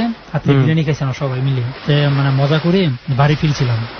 বাড়ি ফিরছিলাম, আমি ভাবছি যে আজকে আমি সারা বাড়ি ওখানে যাবো না। রাত তখন 11:30 বাজে। ওরা থাকলো ক্লাবেই, আমি বলছি না বাসা চলে যাবো আমি। তো ওই যে মহিলা মারা গেছে ওই মহিলা কবর পাড় দিয়েছিলাম। ওই যে আত্মহত্যা করছিল যে ওই মহিলা, হ্যাঁ যে মহিলা আত্মহত্যা করছিল গলায় ফাঁস দিয়ে আর কিছু করছিল, যার কাপড় নিয়ে এত কাহিনী। হ্যাঁ হ্যাঁ, ওই মহিলা কবর পাড় দিয়েছিলাম। দেখি যে ওই লাশটা মানে অর্ধেকটা উঠানো, কবর থেকে বের করে ফেলাইছে। হ্যাঁ কবর থেকে বের করে ফেলাইছে। লাশটা একদম মানে একদম বসে আছে এমন টাইপের, মুখটা কঙ্কাল হয়ে গেছে, মানে মুখের চোখ মুখ গুলো নাই, মানে মুখ তো নাই, দাঁত গুলো একদম বের হয়ে গেছে। আর 4-5টা শিয়াল ওর কান ছিঁড়ে ছিঁড়ে খাচ্ছে। ডর মানে ভয়। কি বিশ্বাস হচ্ছে না? আপনি কি জানেন আমাদের এই দুনিয়াতে এখনো যতটুকু অজানা জিনিসের সমাধান আমরা করতে পেরেছি, তার চাইতে অনাবিষ্কৃত যা যুক্তির আলোকে এখনো বিচার করা যায়নি, তার সংখ্যা বা তার আয়তন কোটি কোটি গুণ বেশি। সামান্য ফেসবুকের ওয়ালে আপনি চোখ রাখলে দেখবেন কিছু কিছু ভিডিও আপনাকে অনেক বেশি অবাক করে দিচ্ছে, আপনার মুখ ফুটে বের হচ্ছে এটাও কি সম্ভব? প্রিয় শ্রোতা, আমরা আপনাকে বিলিভ করাতে চাই না স্বপন যা দেখেছে তার সত্যি কিনা এই প্রশ্নে। আমরা শুধু বলতে চাই এই অনুভূতিটাকে ধরতে হলে আপনাকে একটা এনভায়রনমেন্টের মধ্য দিয়ে যেতে হবে, এবং সেটা হচ্ছে, আবারও বলছি, ডরের রেসিপি, একলা আপনি, অন্ধকার ঘর, রেডিওর ক্রিস্টাল ক্লিয়ার সাউন্ড এবং আপনার প্রিয় স্টেশন এবিসি রেডিও। সঙ্গে থাকবে আমাদের অনুষ্ঠান ডর। দেখুন স্বপনকে আপনি কিভাবে ফিল করেন। আপনি যদি ভয় পেতে ভালোবাসেন তাহলে স্বপনকে আপনার ফিল করতেই হবে। ঠিক রাত 1টার টাইম চেক হবার সঙ্গে সঙ্গে আবারও আমি কিপ্রিয়া আমার পুরো টিমকে নিয়ে ফিরে আসছি ডরে। ডর।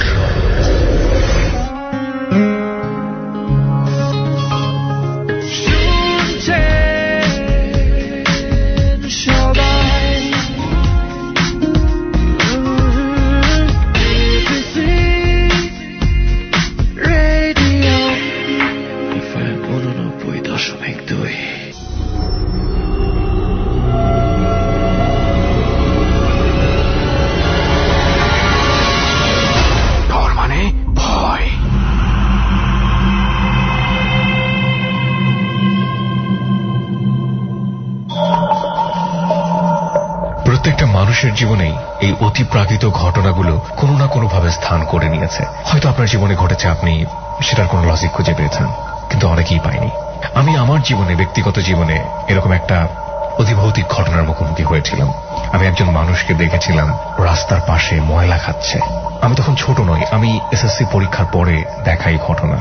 এইরকম নোংরা জিনিস ভক্ষণ করবার পর সে যখন কুলি করছে, মানে মুখে পানি নিয়ে কুলি করছে, তখন তার মুখ দিয়ে লাল টকটক করা পানি পড়ছে। এবং অদ্ভুত বিষয় হলো, সে ওই ময়লাগুলো খাওয়ার সময় এক লোককে কাছে রেখেছিল, বলল হাত পাত। সে হাত পাতল এবং সে তাকে ময়লাগুলো দিল। লোকটি ময়লা নিল এবং নেবার পরে সে যখন হাতটা খুলেছে, সঙ্গে সঙ্গে আমি যেটা দেখলাম নিজের চোখকে বিশ্বাস করতে পারিনি। একটি লাল টকটকে চেরি ফল। অদ্ভুত বিষয় হলো, এই ঘটনাকে আপনারা বিভিন্নভাবে ব্যাখ্যা করতে পারেন। হতে পারে একটা ভেলকি, যে ময়লাটা সে সামনে খাচ্ছিল সেটা তো ভেলকি নয়। ময়লা খাওয়ার পরে সে যে কুলিটা করলো, সেখানে যে আমি লাল পানি বের হতে দেখলাম, সেটা তো ভেলকি নয়। এই প্রশ্নগুলোর উত্তর আমি আজও খুঁজে পাইনি। আমি প্রচন্ড যুক্তিবাদী মানুষ, কিন্তু এই জিনিসগুলোর যখন কোনো সমাধান চোখের সামনে দাঁড়ায় না, তখন স্বাভাবিকভাবেই মনের মধ্যে অন্যরকম একটা ভয় কাজ করে। সে ভয়টা না জানার, সে ভয়টা অজানাকে জানার তীব্র ক্ষুধাও বলতে পারেন। আজকে স্বপন যা এখানে বলছে সেটা নিঃসন্দেহে বিশ্বাস করার মতো নয়, কিন্তু এর চেয়েও অনেক অতিপ্রাকৃত ঘটনার মুখোমুখি আমরা কখনো না কখনো হই, যা হয়তোবা ঘরের সবচাইতে কাছের মানুষটি বিশ্বাস করে না। আমরা বিশ্বাস এবং অবিশ্বাসের ধার দিয়েও যেতে চাই না। আমরা শুধু যেটা বলতে চাই, if you really want to feel the environment, just listen to him, এবং আপনি তাকে অনুভব করার চেষ্টা করুন। ভয় আপনার কাছে আসবেই। প্রিয় শ্রোতা, আগামী পর্বে যদি আপনি যেতে চান বাংলাদেশের এরকম কোন একটি জায়গায় যেখানে বসে নিজের জীবনের অতিপ্রাকৃত ঘটনাগুলো অনুভব করে লাখো মানুষের সামনে বলতে চান কি ঘটেছিল আপনার সঙ্গে, ফোন করুন আমাদেরকে 09613892892। আমি আবারও বলছি নাম্বারটি 09613892892, এই নাম্বারে। চলুন আবারও ফিরে যাই রেহান এবং সুমনের কাছে। আপনি নিজের চোখে সিন দেখছেন? আমি দেখে আমি কি মাটিতে দাঁড়িয়ে আছি নাকি আকাশে দাঁড়িয়ে আছি এটা আমি বুঝতে পারলাম না। যে দেখি 4-5টা শিয়াল ও লাশটা চাবাই চেপে খাচ্ছে, কিন্তু ওই লাশটা নাড়াচাড়া করতেছে, ওর নিজের হাতে যেমন ওর মাথায় ধরে রাখছে। এখন আমার নিজেরই পছন্দ দাঁড়াই গেছে। ওর মানে যে লাশটা, এই লাশটা যেমন নাড়াচাড়া করতেছে, যেমন ও কিছু ক্যারি করতেছে না, যেমন তার শরীরে একটা পিপা হাঁটতেছে, কিন্তু 4-5টা শিয়াল কিন্তু ওর লাশটা চাবাই চেপে খাচ্ছে। এটা দেখে আমি একদম মানে কি বলবো, বলার ভাষা নাই। যে আমি মনে হয় না জ্ঞান রাখতে পারতাম, চিন্তা করেই আমার অবস্থা খারাপ হয়ে গেছে। তারপর মানে শিয়ারা যখন খাচ্ছে এ দেখে আমি চোখ বন্ধ করে মানে একটা দৌড়ে বাড়ি গেলাম। বাড়ি গিয়ে উঠানে গিয়ে আমি কাউকে কিছু বলতে পারলাম না, আমি উঠানে পড়ে গেলাম। ঠিক আছে, তো ওরা আর কেউ বুঝতে পারলো না যে আমি যে উঠানে এসে পড়েছি, কারণ আমি তো আর কিছু সাউন্ড করতে পারি না যে আমি আমাকে ধরো বা আমাকে ইয়ে করো, আমি অজ্ঞান হয়ে পড়ে যাই। তো রাত্রেবেলা ভাই আর কি, আমার বড় ভাই আর কি রুম থেকে বের হয়েছে, দেখে যে আমি উঠানে পড়ে আছি। এটা দেখে ভাই একদম জোরে মানে চিল্লাই দিচ্ছে যে হাই হাই, আব্বু আম্মু আসলো জোরে। আমার মানে ভাইয়ের চিৎকার শুনে তারপর আমাকে আর কি ধরে রুমে নেওয়া হয়। আমার যখন জ্ঞান ফিরে তখন দেখি যে আমি রুমে শুয়ে আছি এবং আমার চারিপাশে অনেক মানুষ দাঁড়িয়ে আছে রুমে। যে আমার আম্মু না কান্না করতেছে যে আমার ছেলে বাঁচবে না, আমার ছেলে কি হয়েছে, আমার ছেলে কথা বল না কেন। তখন দেখি আমার দাদুটা দাঁড়িয়ে আমার পাশে বসে আছে এবং আমার মানে বাম হাতে তালুতে তেল দিচ্ছে। আচ্ছা, মানে তেল দিয়ে দিচ্ছে যাতে আর কি মানে আর কি ভালো হয়ে যায়, আমি সুস্থ হয়ে যায় আর কি। তো অনেক কিছু করার পরে যেহেতু আমি তাবিজ নিয়ে নাই, আমি তো কোনো সময় তাবিজ ইউজ করি না, আমার কাছে ভালো লাগে না, মানে কেমন জানি আনইজি ফিল করি। তো অনেক কিছু কবিরাজি করে আমাকে আর কি জ্ঞান ফিরায়, তারপর আর কি আমি সুস্থ হয়ে যাই। তো এই আর কি। তো কিন্তু সুস্থ হলো কি, দেখা গেছে আমার সাথে একটা কিছু না ঘটেই যাচ্ছে। ঠিক আছে, আমি একদিন রাত্রে বাইরে বেরোছি প্রস্রাব করতে বা একটু হাঁটার জন্য রাত্রে। ঠিক আছে, আমি তো ঘুম ভেঙে। এই ঘটনার কতদিন পর? মানে এটা 4 দিন পর, কারণ এই ঘটনা আমি বারবার মনে করতে চাই না, যেটা এখন আপনাদের কাছে বলছি এখন আমার কাছে অনেক খারাপ লাগছে। আসলে এই ধরনের ভয়ঙ্কর ঘটনা বারবার মনে না পড়াই মনে হয় ভালো। যে ভয়ঙ্কর ঘটনা আমরাও চাইবো না যে বারবার মনে পড়ুক। আমি একটু ভয় করছি এখন যে অবস্থা আছি, পাশে একদম অন্ধকার। স্বপন ভাই, আমরা এখানে 4 জন এখানে, সো একটা জোর সংখ্যায় আছি, বেশি টেনশন করেন না, আপনি বলেন। তারপর দেখি যে একটা মানে আমাদের মুরুগ ছিল আর কি। ঠিক আছে, একটা মুরুগ আর কি আমার পছন্দ ছিল, খুব শখ করে এটা আমি মানে রেখেছিলাম আর কি, রেখেছিলাম। মানে আপনি পালতেন ওটা? হ্যাঁ, বিক্রি করা যাচ্ছে না বলে এটা রাখা আমি রেখেছিলাম যে এটা আমি পালে বড় করবো। তো মুরুগটা আর কি অনেক বড় হয়েছে।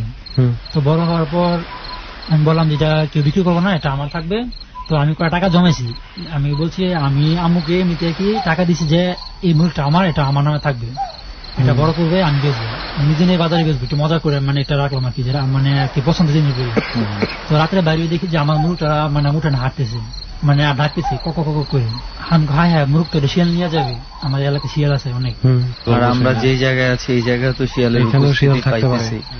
তো তারপর মানে আম্মুকে ডাকলাম রাত্রে বেলা, আমু কয় কি রে, কি হয়েছে এত রাত্রে, কি হয়েছে আবার? আমি কই তুমি আমার মুরগিটা তুমি এটা বাইরে কেন, এটা রুমে না নয়? মুরগি তো আমি নিজে এটা রুমে দিয়ে তারপর 10 লাগা, তারপর আমি নিজে আসছি। আমি তাহলে এই যেখানে মুরগি, আমি কোথায়? আমু আসে দেখে তো মুরগি নেই। আমাকে এই যেখানে তো ছিল, আমি দেখলাম যেখানেই ছিল মুরগিটা কোথায় চলে গেল। আমি আমার মুরগি দেখবো আমি কোথায়? পরে আম্মু আমাকে রুমে আর মানে যে খোয়ার বলা হয় যে মুরগি রাখা হয়, ওইখানে মুরগি দেখা যেত, মুরগি শুয়ে আছে। তো এটা দেখে আমার অবাক হয়ে গেলাম যে আমি বাইরে কি দেখলাম, আমি কি ভুল দেখলাম। তো যাই হোক আমি আর কি রুমে তো দরজা লাগাই যাই, দরজা লাগা জানলার পাশে আর কি মানে জানলাটা খোলা ছিল আর কি, তখন আর কি জানলাটা দিব আর কি। তো জানলা দিব দেখি যে অনেক বড় একটা লোক দাঁড়িয়ে আছে, লুঙ্গি পরানো, সাদা একটা লুঙ্গি পরানো, জানলা দিয়ে শুধু তার পেট থেকে পা পর্যন্ত দেখা যাচ্ছে, তার মুখ দেখা যাচ্ছে না। আচ্ছা, তার সাদা লুঙ্গি পরানো, লুঙ্গিটা উল্টে বাঁধা হাঁটু পর্যন্ত, তার হাঁটুর নিচে পা দেখা যাচ্ছে, হাঁটুতে লুঙ্গিটা আর কি বাঁধা, কোমরে বাঁধা, একদম উল্টে বাঁধা, মানে শর্ট করে আর কি। আচ্ছা, তো এত বড় মানুষ মানে দেখে আমি অবাক হয়ে গেলাম যে এটা কি, এটা পরে জানলা দিয়ে একটু দেখার আগ্রহ বাড়লো যে আমি তো রুমের ভিতরে, পাশের রুমে আমার ভাই আছে, পরের রুমে আমার আব্বু আম্মু আছে, আমার কোনো ডর নেই, আমি রুমে আছি আমার। তো আমি তো সাহস করে আমি জানলার দিকে মাথাটা নিচু করে তাকাইলাম, তাকায় দেখি যে তার চুলগুলো অনেক লম্বা লম্বা, মানে চুলগুলো একদম সামনের দিকে মানে এসে পড়া, তার মুখ দেখা যাচ্ছে না, তার মুখে মানে চুলের ফাঁক দিয়া তার দাঁত গুলো বেরিয়ে আছে, সে খিলখিলে হাসতেছে, মানে সে হাসতেছে, এটা দেখে আমি আরো ভয় পেয়ে গেলাম যে রেহান ভাই আমার শরীর কাঁপতেছে, এটা বলি। তারপর জোরে চিল্লান দিই, আমি আমার রুমে থেকে জোরে চিল্লান দিই, সাথে সাথে ভাইয়া রুমে দরজা খুলে আসে, কি হয়েছে কি হয়েছে কি হয়েছে, আমাকে দেখো না বাইরে কে দাঁড়িয়ে আছে। তো আবারও সবাই আসলো বাইরে, পরে দেখে আবার কিছুই নেই। তো এমনই আর কি পরে আমার দাদু আর কি একটু করে বাড়িটা আর কি ঘের করে দেয়। তো ওইখানে পর থেকে আর কি আমাদের আর কোনো ঘটনা আর কি আমাদের বাসায় আমার সাথে আর কোনো এমন হয় নাই। তারপর থেকে আমি একদম সুস্থ আছি, ভালো আছি, এবং আর কোনো প্রবলেম হয় না আমাদের ফ্যামিলিতে কারো। যাক, শেষ পর্যন্ত আপনারা তাহলে ভালো আছেন এখন? হ্যাঁ, এখন আল্লাহর রহমতে সবার দোয়াতে এখন ভালো আছে। যেই কয়টা বর্ণনা শুনলাম, মানে আসলে আমি এখানে মানে আমি স্বপনের গল্পে যেই সিনগুলো পাইলাম, বুঝছো, ওগুলা যদি মানে একটু চিন্তা করে দেখ ভাই, ভূত টুত বাদ দে, অন্য সবকিছু বাদ দে, একটা লাশ চাবায়া খাওয়া হইতেছে, এই সিনারিটা দেখলে আর তুই আমার মনেই করাইস না এটা। আসলে আমি সত্যি কথা বলি যে এইটা মনে করতে গেলে আমার নিজেরই অবস্থা খারাপ হয়ে যায়, কেমন জানি লাগতেছে তখন। জীবন ভাই, আপনি কি মনে করবেন, কি মনে হচ্ছে আপনার এই গল্প শুনে? আসলে এই গল্পটা শুনে খুবই ভয় পাচ্ছি, বিষয়টা আসলে অনেক ভয়ঙ্কর। তো আমার বিশেষ করে ভুলে যাওয়া বেশি ভালো। যখন দোস্ত আমার রেহান, যখন ওই যে কবরের যে লাশ তুলে খাওয়ার, মানে এবং লাশটা স্বাভাবিক, লাশ নড়তেছে, তাও স্বাভাবিক ভঙ্গিতে নড়তেছে। আমি কিন্তু স্বপন ভাইকে একটা, ওনার সাহস কিন্তু আছে, মানে ওই অবস্থায় যে কেউ থাকলে ঘাবড়ে যাওয়ার কথা। আমি তখন বুঝতে পারছি ক্লিয়ারলি যে আমার সাথে একটা কিছু হচ্ছে, এখন যদি আমি ভয় পেয়ে এখানে পড়ে যাই তাহলে হয়তো আমার অবস্থা সিরিয়াস হবে। এই জন্য আমি মন থেকে ওই সিচুয়েশনে আমার মনে হয় রেহান, যেটা সিচুয়েশনে হচ্ছে মনের জোরটা যে হারাইছে, খুব সেই ধরা খেয়ে গেছে। তো দেখা গেছে এখানে পড়লে দেখা গেছে আমার সাথে অন্য কিছু হতে পারতো, দেখা গেছে এই আমার ভয়ঙ্কর শিয়ালরা যদি এগুলা শিয়াল না অন্য কিছু হইতো বা শিয়ালই হইতো, তাহলে আমাকেও খেতে পারতো। আচ্ছা, এটা তো গেল ওই ওনার ঘটনা, এটা তো দেখলেন আপনি, সবই বুঝলেন। এখন কাহিনী হচ্ছে যে তারপরে তো ওই কবিরাজ দাদু যা করার করলো, তারপরে থেকে মোটামুটি আপনারা মানে নিশ্চিন্ত যে আপনাদের সাথে আর কিছু ঘটবে না। কিন্তু জায়গাটার অবস্থান তো আর বদলা যায়নি, জায়গাটার ভয়ঙ্কর ব্যাপারটা তো আর বদলা যায়নি। পরে কি আর এইখানে অন্যরকম কোনো ঘটনা বা অন্য কারোর সঙ্গে কি কিছু ঘটছে নাকি এখানে? হ্যাঁ, এমন মানে আমার সাথে যেমন হয়েছে ভয়ঙ্কর, ঠিক আমার কাজিনের সাথে এমন একটা ভয়ঙ্কর একটা ঘটনা হয়েছে, মানে খুবই ভয়ঙ্কর ঘটনাটা। এই ভয়ঙ্করের পর আরো ভয়ঙ্কর, মানে ওই কাজিন, মানে তার ঘটনাটা বলবো কাজিনের, একটু শুনি প্লিজ। আমরা একটু আসছি যখন আজকে ভাই, আমার কিন্তু খুব ভয় করছে একটু বলার। আরে আমরা আসি সবাই, কোনো চিন্তা নাই। আমার কাজিনের নাম কবির। আচ্ছা, মানে সে একটু দুষ্ট টাইপের ছিল। রাত্রেবেলা শিবপুর থেকে মানে একটু লেট করে আসে আর কি, রাত তখন 11টা বাজে। মানে ওই কাজিনের বাসায় যাইতে শিবপুর থেকে মানে সারাবাড়ি হয়ে যেতে হয়, সারাবাড়ি ভয়রা তোলা হয়, বাজারে আসা যাওয়ার রাস্তার মধ্যে সারাবাড়িটা পড়ে, সারাবাড়ি পরে আর ভয়রা তোলা পরে। মানে এটা কত বছর আগের ঘটনা? এবং ওই ঘটনা যখন ঘটে আপনার কাজিনের বয়স কত ছিল? 32। হ্যাঁ, আচ্ছা। আর এটা কতদিন আগের ঘটনা? এটা আজ থেকে 4 বছর আগের ঘটনা। আমার কাজিন আর কি ওই শিবপুর থেকে আসতেছে, আসার পথে রাস্তাটার অবস্থাটা এমন, ফার্স্টে ছাড়াবাড়ি, পরে আর কি একটা বয়রা তোলা, মানে এখানে অনেক বড় একটা বয়রা গাছ আছে, যে আমাদের এলাকায় একটা ওষুধি একটা গাছ আছে বয়রা গাছ, আপনার চিনেন? আপনি? হ্যাঁ, বয়রা গাছ চিনি। মানে জায়গাটাও মানে এখানে একটা উলি থাকতো আগে, মানে একটা উলি আর একটা জিন থাকতো। উলির নাম কি, ওনার নাম জানা আছে? নাম জানা নেই, অনেক আগে দাদুর মুখে শুনছি যে এখানে উলি থাকতো, এখানে 2টা, মানে এখানে 2টে উলি ছিল, ঠিক আছে। তো এই ক্ষেত্রে একটা কথা বলে রাখি, এই যে মানে অলিয়া উলিয়া বা অনেক ক্ষেত্রে আমরা দরবেশ বলে থাকি, তো ওনারা কিন্তু বিভিন্ন সময় বনে জঙ্গলে ইচ্ছাকৃতভাবেই বনবাস নিয়ে থাকেন। তো এটা কিন্তু অবিশ্বাস করার কিছু নেই। ওনারা কিন্তু অনেক ভালো মানুষ। তারপর কি হলো? হ্যাঁ, তারপর ও মানে শিবপুর থেকে ওইখানে মানে আসতেছিল। তো আসার পথে প্রথম সারাবাড়িতে আসে। তো ওইখানে প্রচন্ড শিয়ালে ডাকতেছিল, সে এমন কিছু কেয়ারই করে না।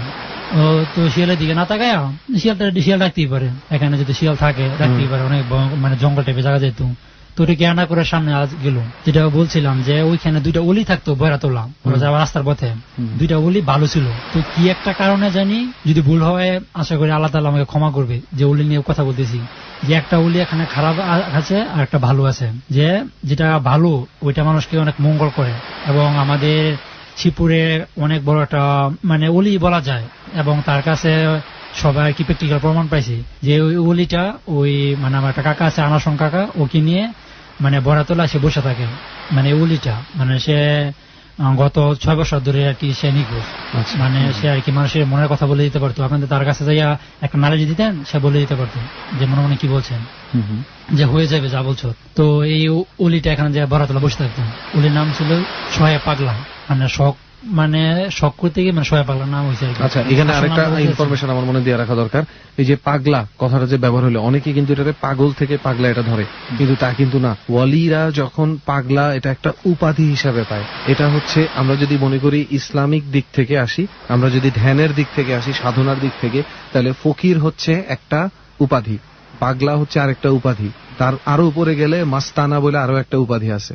তো এই উপাধিগুলো না জানলে কিন্তু হঠাৎ করে পাগলা শুনলে আমাদের কাছে ওই যে রাস্তাঘাটে যে ভণ্ড পীর ফকির হাঁটে, আসলে এটা আমি যদি ভুল করে না থাকি, এই পাগলাটা হচ্ছে মানে কে কতটুকু তার কাজের প্রতি মগ্ন, একদম ওই মগ্নতা থেকে দিওয়ানা, যেটা ওই পাগলা বলতে সেই ভালোবাসাটা বোঝানো হয়েছে, একদম এখানে অন্য কিছু বোঝানো একদম।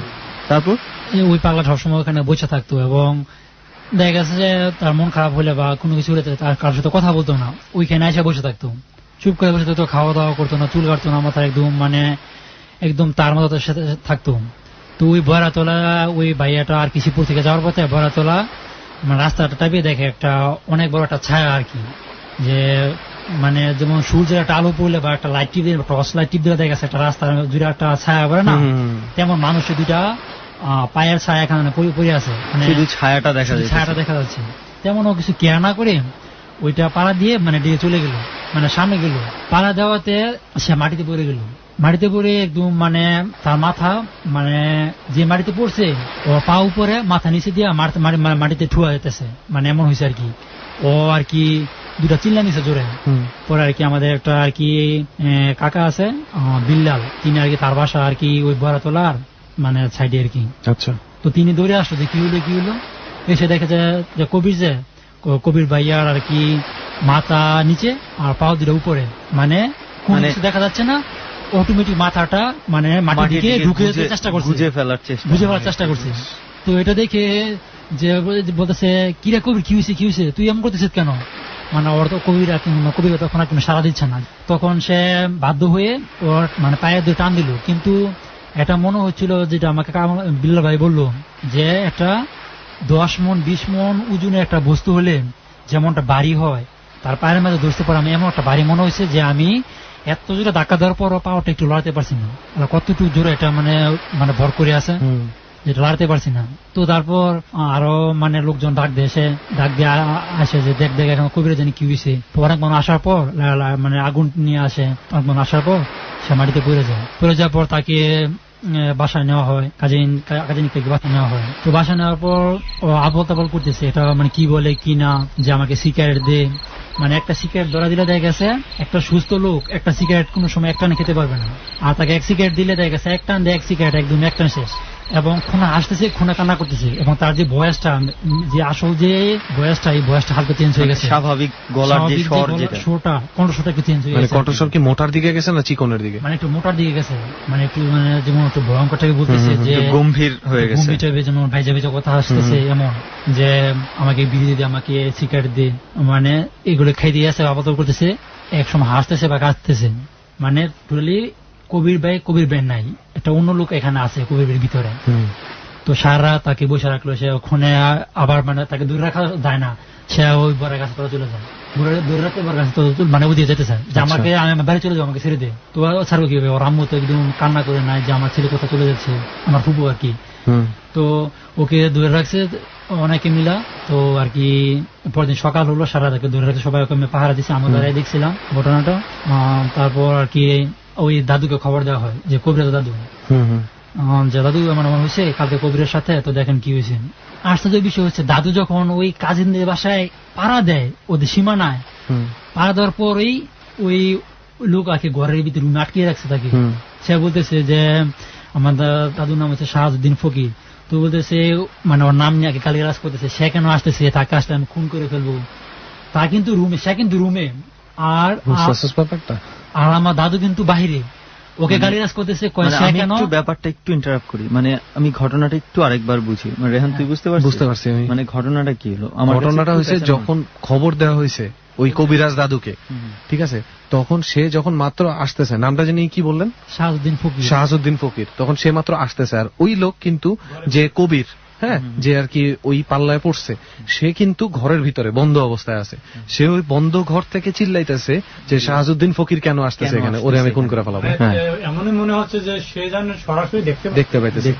তারপর এবং তাকে গালিগালাজ করতেছে, তাকে আসলে তাকে আমি খুন করে ফেলবো, এবং তাকে কে আসতে বলছো, তাকে আমি সহকারে মেরে ফেলবো। তো ওকে মারা অনেক গালিগালাজ করতেছে যে ও ফকির কেন এখানে আসবে, ওকে আসতে কে বলছে।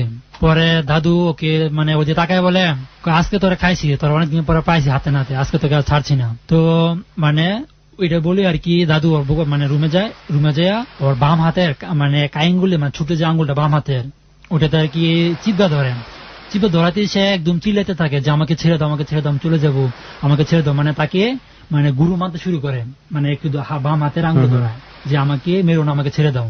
যে বলতেছে তোর নাম কি, নাম করবো না, মানে কিছু করেছে কিছুই বলবে না, এমনিতে চলে যাবে। তাদের বলতেছে এতদিন পতাকা পাইছি, তোকে আজকে আর ছাড়ছি না। ওরা কি আমার বড় ভাইকে বললো যে একটা মাটির হাড়ি নিয়ে আসো আর একটা মোটকিলা ডালা, মানে আমাদের যে এলাকায় আর কি গ্রাম্য ভাষায় মানে একটা গাছ আছে, ঔষধি গাছ, মানে মোটকিলা গাছ আছে আর কি। তো একটা ডালা নিয়ে আসো আর একটা নতুন একটা গামছা নিয়ে আসো। আর যে মানে এক্সট্রা যে চাউল রাখা হয়, মানে আয় করার জন্য মানুষ গ্রাম এলাকায় দেখবেন যে যদি 1 কেজি চাউল রাখে, তার প্রতিদিন 1 মোট চাউল করে সে একটা পাতিলে জমায়, এবং পাতিলে পানি দেওয়া সবসময়, মানে আমাদের এলাকা বলা হয় কাঞ্জির চাউল। আচ্ছা, বলছি একটু কাঞ্জির পানি নিয়ে আসো আর নতুন গামছা আর একটা মোটকা ডালা নিয়ে আসো। যে ওকে আর কি আর একটা পাট নিয়ে আসো, পাটের একটা কোষ নিয়ে আসো, পাট চিনেন তো, পাট শাক যে হয়, পাট যে ছোলে আর কি, পাট নিয়ে আসো। তো ওটা নিয়ে আসলো, একটু পরে আসলো, আমার ভাইয়া আনে দিল আর কি। তো ওকে রুম থেকে বের করে উঠানে মাঝখানে বসা, সবাইকে একটা বলে যে তোমরা একটু দূরে দাঁড়াও, ওর সাথে আমরা কথা বলবো। তো ওকে আর কি দূরে বসায়, মানে তখন সে হাসতেছে, একা একা কথা বলতেছে, কাঁদতেছে, মানে একদম উল্টাপাল্টা করতেছে। আমার শরীর কাঁপতেছে ভাই এখন বলতেছি আমি। পরে এটা কাভারি কথা, it's a complete case of exorcism. Just শুনতে থাক, পরে বলবো তোরে আমি। তারপর পরে আর কি দাদুর হাতে আর কি কায়াঙ্গুলে পাড় দিয়ে শক্ত করে পাটা আর কি শক্ত করে বেঁধে, তারপর আমাকে দিয়ে বলে যে তুই পাটা দিয়ে রশি ধরে বসে থাক, আর আমার বড় ভাই যে আছে যে ওকে বলে তুই গামছা দিয়ে ওর মুখটা আর কি ডেকে একদম মাথা মুখ চোখ মুখ কান একদম মাথা বেঁধে পিছনে ধরে রাখ। আর যে ডালের মাঝে পানি আনছো, কাঞ্জি চাউলের পানি, এ পানি দাদু নিয়ে আর দাদুর হাতে এসে লাঠি, যে মোটকার লাঠিটা, ওইটা ওর মুখে ছিটিয়ে দিচ্ছে। আর যে লাঠিটা মানে নর্মালি হালকা, মানে একটু খালি লাঠিটা ওর শরীরে একটু টাচ করছে, মানে নর্মালি একটা লাঠি বা কোনো কিছু বস্তু রাখলে যেমন হয় না, আস্তে করে রাখছে, এমন রাখছে। রাখার পর ওই মানে আমার কাজিনটা এমন জোরে চিল্লায় বললো যে আমাকে ছেড়ে দে, আমি আর জীবন আসবো না, আমাকে মারিস না, আমাকে আমার ভুল হয়ে গেছে, আমাকে মারিস না, আমাকে ছেড়ে দে। মানে এত চিল্লায় বলতেছে যে আমাকে, আমি অনেক ব্যথা পাচ্ছি, আমাকে ছেড়ে দে, যে আমি আর কোনোদিন আসবো না, আমার ভুল হয়ে গেছে, আমার কোনোদিন আমাকে দেখতে পাবি না, তুই আমাকে একবারে ছেড়ে দে, আমি অনেক বড় ভুল করছি। দাদু বলতেছে যে তুই ওকে দৌড়লি কেন, আমার ছায়াতে পাড়া দিছে কেন, মানে কথা বলতেছে ওর সাথে আর কি, আমার কাজিন কথা বলতেছে একটা মানে ভূতের সাথে, বলতেছে ওকে দৌড়লি কেন, বলছে আমার ছায়াতে পাড়া দিছে। তুই কোথায় পাড়া দিছে, কই বড়া তোরা, কই ওখানে পাড়া দিছে, অত তোকে দেখা নাই, কই আমি ওখানে শুয়ে ঘুমাইছিলাম, ও আমাকে পাড়া দিল কেন, তুই ঘুমাইছিস, ও তো জানে না, ও কিছু করে পাড়া দিছে নাকি, না আমাকে পাড়া দিছে, তাকে আমি মেরে ফেলতাম। কয় তাকে আজকে মেরে ফেলতাম, কারণ আজকে যদি ওকে কেউ না মানে দেখতো বা আগুন না নিয়ে আসতো, ওকে মেরে আমি ছাড়তাম। মানে এটা বলতেছে যে তো তুই চলে যাবি, তো ছাড়লি এখন? কয় হ্যাঁ চলে যাব। তো ওর মুখের বান ছাড়া দেওয়া হয়, হাতের বান ছাড়া হয়, মানে সবকিছু ছাড়া হয় আর কি, নর্মালি সব ছেড়ে দেওয়া হয়। ছাড়ার পর আমরা সবাই বসে থাকি যে মানে এই ঘটনা দেখার জন্য আমাদের এলাকার মানে 50% লোক ওই বাড়িতে যে কবির কি জিনে ধরছে আর ওই দাদু জিনকে তাড়াবে দেখার জন্য পুরো এলাকার মানুষ চলে আসছে। দেখা যাচ্ছে সাপে কামড় দিলে যদি বিষ খোলা তাহলে অনেক মানুষ দেখতে আসে। ঠিক তেমনই আর কি ভূত তাড়ানোর জন্য তো আর অনেক একটা বিষয় হয়ে গেল না, সবাই কাছ থেকে দেখতে যায়। তারপর সবাই দেখতে আসছে। ছেড়ে দেওয়ার পর সে আবার আগের মতো একটু বসে আছে, আবার একটু হাসতেছে কাঁদতেছে, কয়েকটা সিগারেট দে। ওই বুড়ের মানে এই বুড়ে একটা সিগারেট দে, মানে দাদুকে বলতেছে। দাদুর আর কি বড় বড় চুল ছিল, দাড়ি ছিল লম্বা লম্বা, একটু বুড়ো টাইপের আর কি, অনেক কিছু জানতে সম্বন্ধে। পরে দাদু বলছে তুই যে গেছত না রে, তোর আমি দেখি বুঝছি, আমি যে বুঝছি তুই এত নর্মালে যাবি না, তোকে একটু সাইজ করতে হবে। পরে একটা সিগারেট ধরা দিল, এক সিগারেট এক টান শেষ, ধরলো এক টান দিল, সিগারেট শেষ করে আবার ফেলা দিল। আপনি তখন সামনেই ছিলেন? আমার সামনে। আচ্ছা, আমার সামনে ঘটনাটা করছে এবং আমি দেখতেছি দাঁড়িয়ে দাঁড়িয়ে। তখন আর কি রশি ছাড়ে দেওয়া হয়েছে। তখন আর বলতেছে এই রশিয়ান, ওরা ওকে আবার না আমি যাবো গা। ও 2-3 জন আমার বড় ভাই দৌড়ছে, সবাইকে ও মানে ছিটকা দিয়া ফেলায়া যেতেছে বড় গাছের দিকে, মানে যাবো কাকি কমা ছেড়ে দিয়ে। দাদু বলতেছে সবাই ওরা দৌড়ছে খেটা মানে চুলা করে ওকে ফু দেয়, তখন সে নর্মাল হয়ে যায়। তখন তাকে আর কি মাটিতে বসানো হয়। মাটিতে বসানো ওর কাজ হয় না, কিন্তু ওকে বলছে যে একটা গাইল নিয়ে আস। গাইল বলতে আমাদের এলাকায় যে মানে ধান বাড়া হয়, যে ডেকির মতো থাকে, এক্সট্রা থাকে, যে কাঠ দিয়ে তৈরি করা হয়, খুঁড়ে আর কি, একটা এক্সট্রা থাকে, নাড়াচাড়া করা যায় আর কি। ওই গাইল হাত দিয়ে ইয়ে করা হয়, মারানো হয়। হ্যাঁ, তো ওইটা মানে উল্টা করে ওইটার উপরে গাইলে বসে থাকি, বসে আবার সুন্দর আগের মতো করে বেঁধে মুখ টুক বেঁধে বাইকে ধরে, আর আমি হাতে ধরি, মুখে আর কি পানি ছিটিয়ে দেয়। তোরা বলতেছে তুই বলছে যাবি কে, গেলি না কেন, তোরা কতজন? কয় আমরা বলবো না। কথাটা কতজন নাম বল? কয় আমরা 13 জন। কয় তোর 13 জন কেউ এখন আসো? কয় না, আমি এখন বর্তমানে ওর সাথে একা আছি। কয় তোর নাম কি? বলেন না নাম। পরে আবার একটা বাড়ি দিল, বাড়ি দেওয়া তো চিল্লা বললো যে বলতেছি আমাকে মারিস না বলতেছি নাম। আমার নাম কমলা। মানে বলছে যে এটা মেয়ে, যে ওর নাম কমলা। কত বিয়ে হয়েছে? বিয়ে হয়েছে, আমার স্বামী মারা গেছে আজকে থেকে আরো 1500 বছর আগে। 1500 বছর স্বামী মারা গেছে, ও এখান থেকে আছে, মানে আর কি এগুলো সব মিথ্যে বলতেছে। পরে ভালো করে বাড়ি দেওয়াতে বললো যে না এটা ঠিকই আছে, সে আর কি উলি ছিল, উলির পরে আর কি 1000 বছর আগে উলি ছিল। তারপরে আর কি সে মানে আর কি যে শয়তান হওয়ার পরও বিয়ে হয়েছে।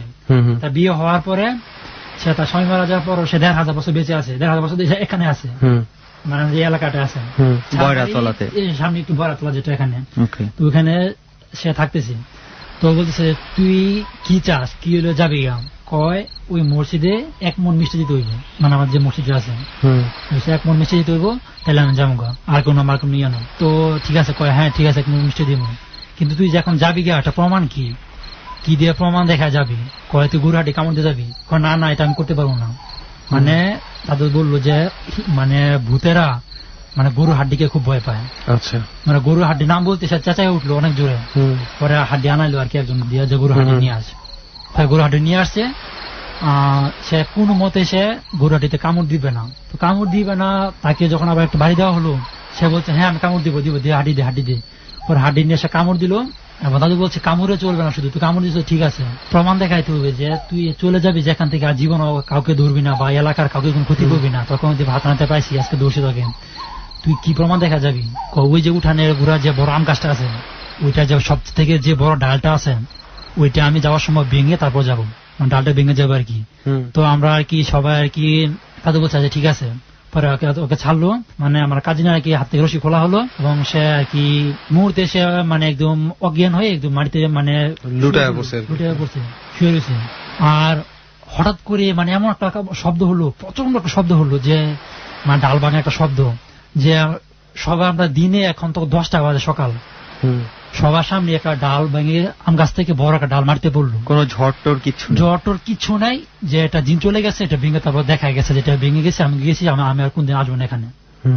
মানে ডাল দিকে সব অবাক, এত বড় একটা ডাল, এটা মানুষ কাটলো এটা অনেক সময় লাগে, কোবায় কাটতে হবে, তো এটা আমার হাত পা কাঁপতেছে কথা বলতেছি। এটা আসলে ঘটনাটাই এমন অদ্ভুত। তো হাত পা মানে ওই পর থেকে মানে ডালটা ভেঙে ও চলে যায়। পর আমার কাজিন আর কি সুস্থ হয়, মানে পর আর কি একটু পর জ্ঞান ফিরে, ওর মুখে আর কি আমার দাদু একটু পানি ছিটকিয়ে দেয়। পর মানে ওর জ্ঞান ফিরে দেখা যায় সে মাটিতে পড়ে আছে এবং তার পাশে অনেক লোকজন দাঁড়িয়ে আছে।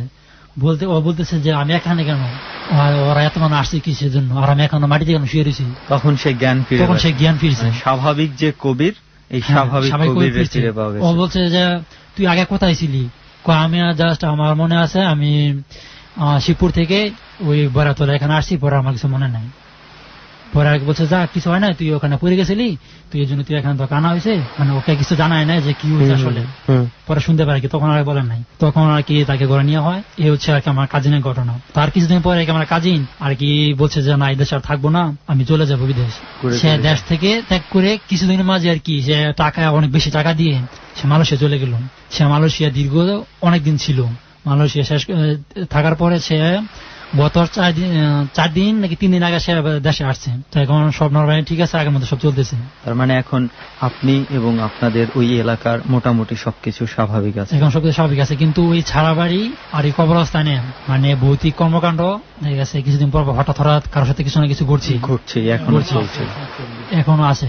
আসলে কিছু বলার নাই, মানে যে কয়েকটা ঘটনা শুনলাম, বিশেষ করে আমার স্বপন ভাই তো বলতেছে ওনার তো শরীর কাঁপতেছে। সিরিয়াসলি আমার শরীরের পশম দাঁড়ায় গেছে। এটা আই থিঙ্ক যে কেউ শুনবে তার শরীরের পশম দাঁড়ায় যাবে। তো সুমন, তোর যেই ভয়টা লাগতেছে বা যেই শখটা তুই খাইছস, আমি এখন কথাটা বলবো কিনা বুঝতেছি না, কিন্তু একটা কাকতালীয় ব্যাপার কিন্তু ঘটছে। মানে প্রথম থেকে আমি যেটা খেয়াল করছি, প্রথমে যখন স্বপন প্রথম গল্পটা শুরু করে, তখন ও যখন শিয়ালের ডাকের কথা বলছে, তখন আমরা সবাই শিয়ালের ডাক শুনছি। তারপরে এবং সবচেয়ে অবাক যেটা লাগতেছে, একটু খেয়াল করে শোন, তোরা মর্মর মর্মর শব্দ শুনতে পাবি। আমি কিন্তু ডাল ভাঙার শব্দ পাইতেছি, তোরা কি পাইতেছিস? হ্যাঁ ভাই, আমি পাচ্ছি। ভিতরে কি যাবি? আই থিঙ্ক উঠা উচিত। ঠিক এখনো কিন্তু মর্মর শব্দটা তুই কি পাইতেছিস? মনে হচ্ছে যে শব্দটা হচ্ছে ওই যে ওই পাশের যে গাছটা দেখা যাচ্ছে, ওই গাছটাই তো। হ্যাঁ বস, জঙ্গলের ভিতরে যাবি নাকি নৌকায় উঠবে? ডর মানে ভয়। কোথায় যাবে তারা? যেখানেই যাক না কেন, তাদেরকে আগামী সপ্তাহের ভৌতিক জায়গাটিতে যেতেই হবে, কারণ আরেকটি পর্বের জন্ম হবে তাদের হাতে, যেখানে হয়তোবা আপনি থাকবেন আপনার জীবনের অতিপ্রাকৃত ঘটনা নিয়ে। সুমন এবং রেহান প্রতি মুহূর্তে যে ধরনের ঘটনার মুখোমুখি হচ্ছে, আজকের এপিসোডের শুরুতে সেই লঞ্চের দড়ি ছেঁড়া থেকে শুরু করে পুরো সপ্তাহব্যাপী তারা যেসব অভিজ্ঞতার মুখোমুখি হয়, তা দিয়ে আমরা অসাধারণ কিছু এপিসোড করে ফেলতে পারি। তার অপেক্ষায় থাকুন, কোন একদিন ওরা নিশ্চয়ই বলবে। আমরা আজকের মতো ডরের ইতি টানছি। আপনার ঘুমটা চমৎকারভাবে সুন্দর হোক।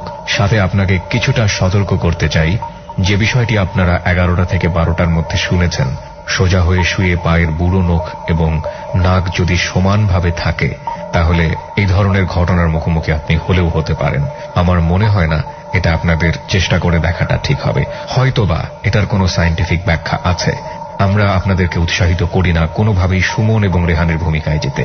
আমরা আপনাদেরকে উৎসাহিত করি না কোনোভাবেই একা একা এমন কোনো কাজ করতে যেটা দিয়ে আপনি অত্যন্ত সাহসিকতার পরিচয় দেবেন। আমরা বরং আপনাকে বলি, আপনি যদি আমাদের টিমের সাথে যোগ দিয়ে আপনার জীবনে ঘটা অতিপ্রাকৃত ঘটনাগুলো আমাদের সাথে শেয়ার করতে চান, সে ব্যাপারে আমরা আপনাদেরকে সবসময় উৎসাহ দেব। আমাদেরকে ফোন করুন। ফোন নাম্বারটি আমি বলে দিচ্ছি, 09613892892। আমি আবারও বলছি, 09613892892। এখানে ফোন করার পরে আপনি 3 চাপবেন। তারপর ফোনের নির্দেশনা অনুযায়ী আপনি আপনার কথাগুলো এখানে রেকর্ড করবেন। আমাদের টিমের সুমন এবং রেহান খুব তাড়াতাড়ি পৌঁছে যাবে আপনার কাছে। আজকের মতো এ পর্যন্তই। আবারও দেখা হচ্ছে আগামী বৃহস্পতিবার ঠিক রাত 11টা 20-এ।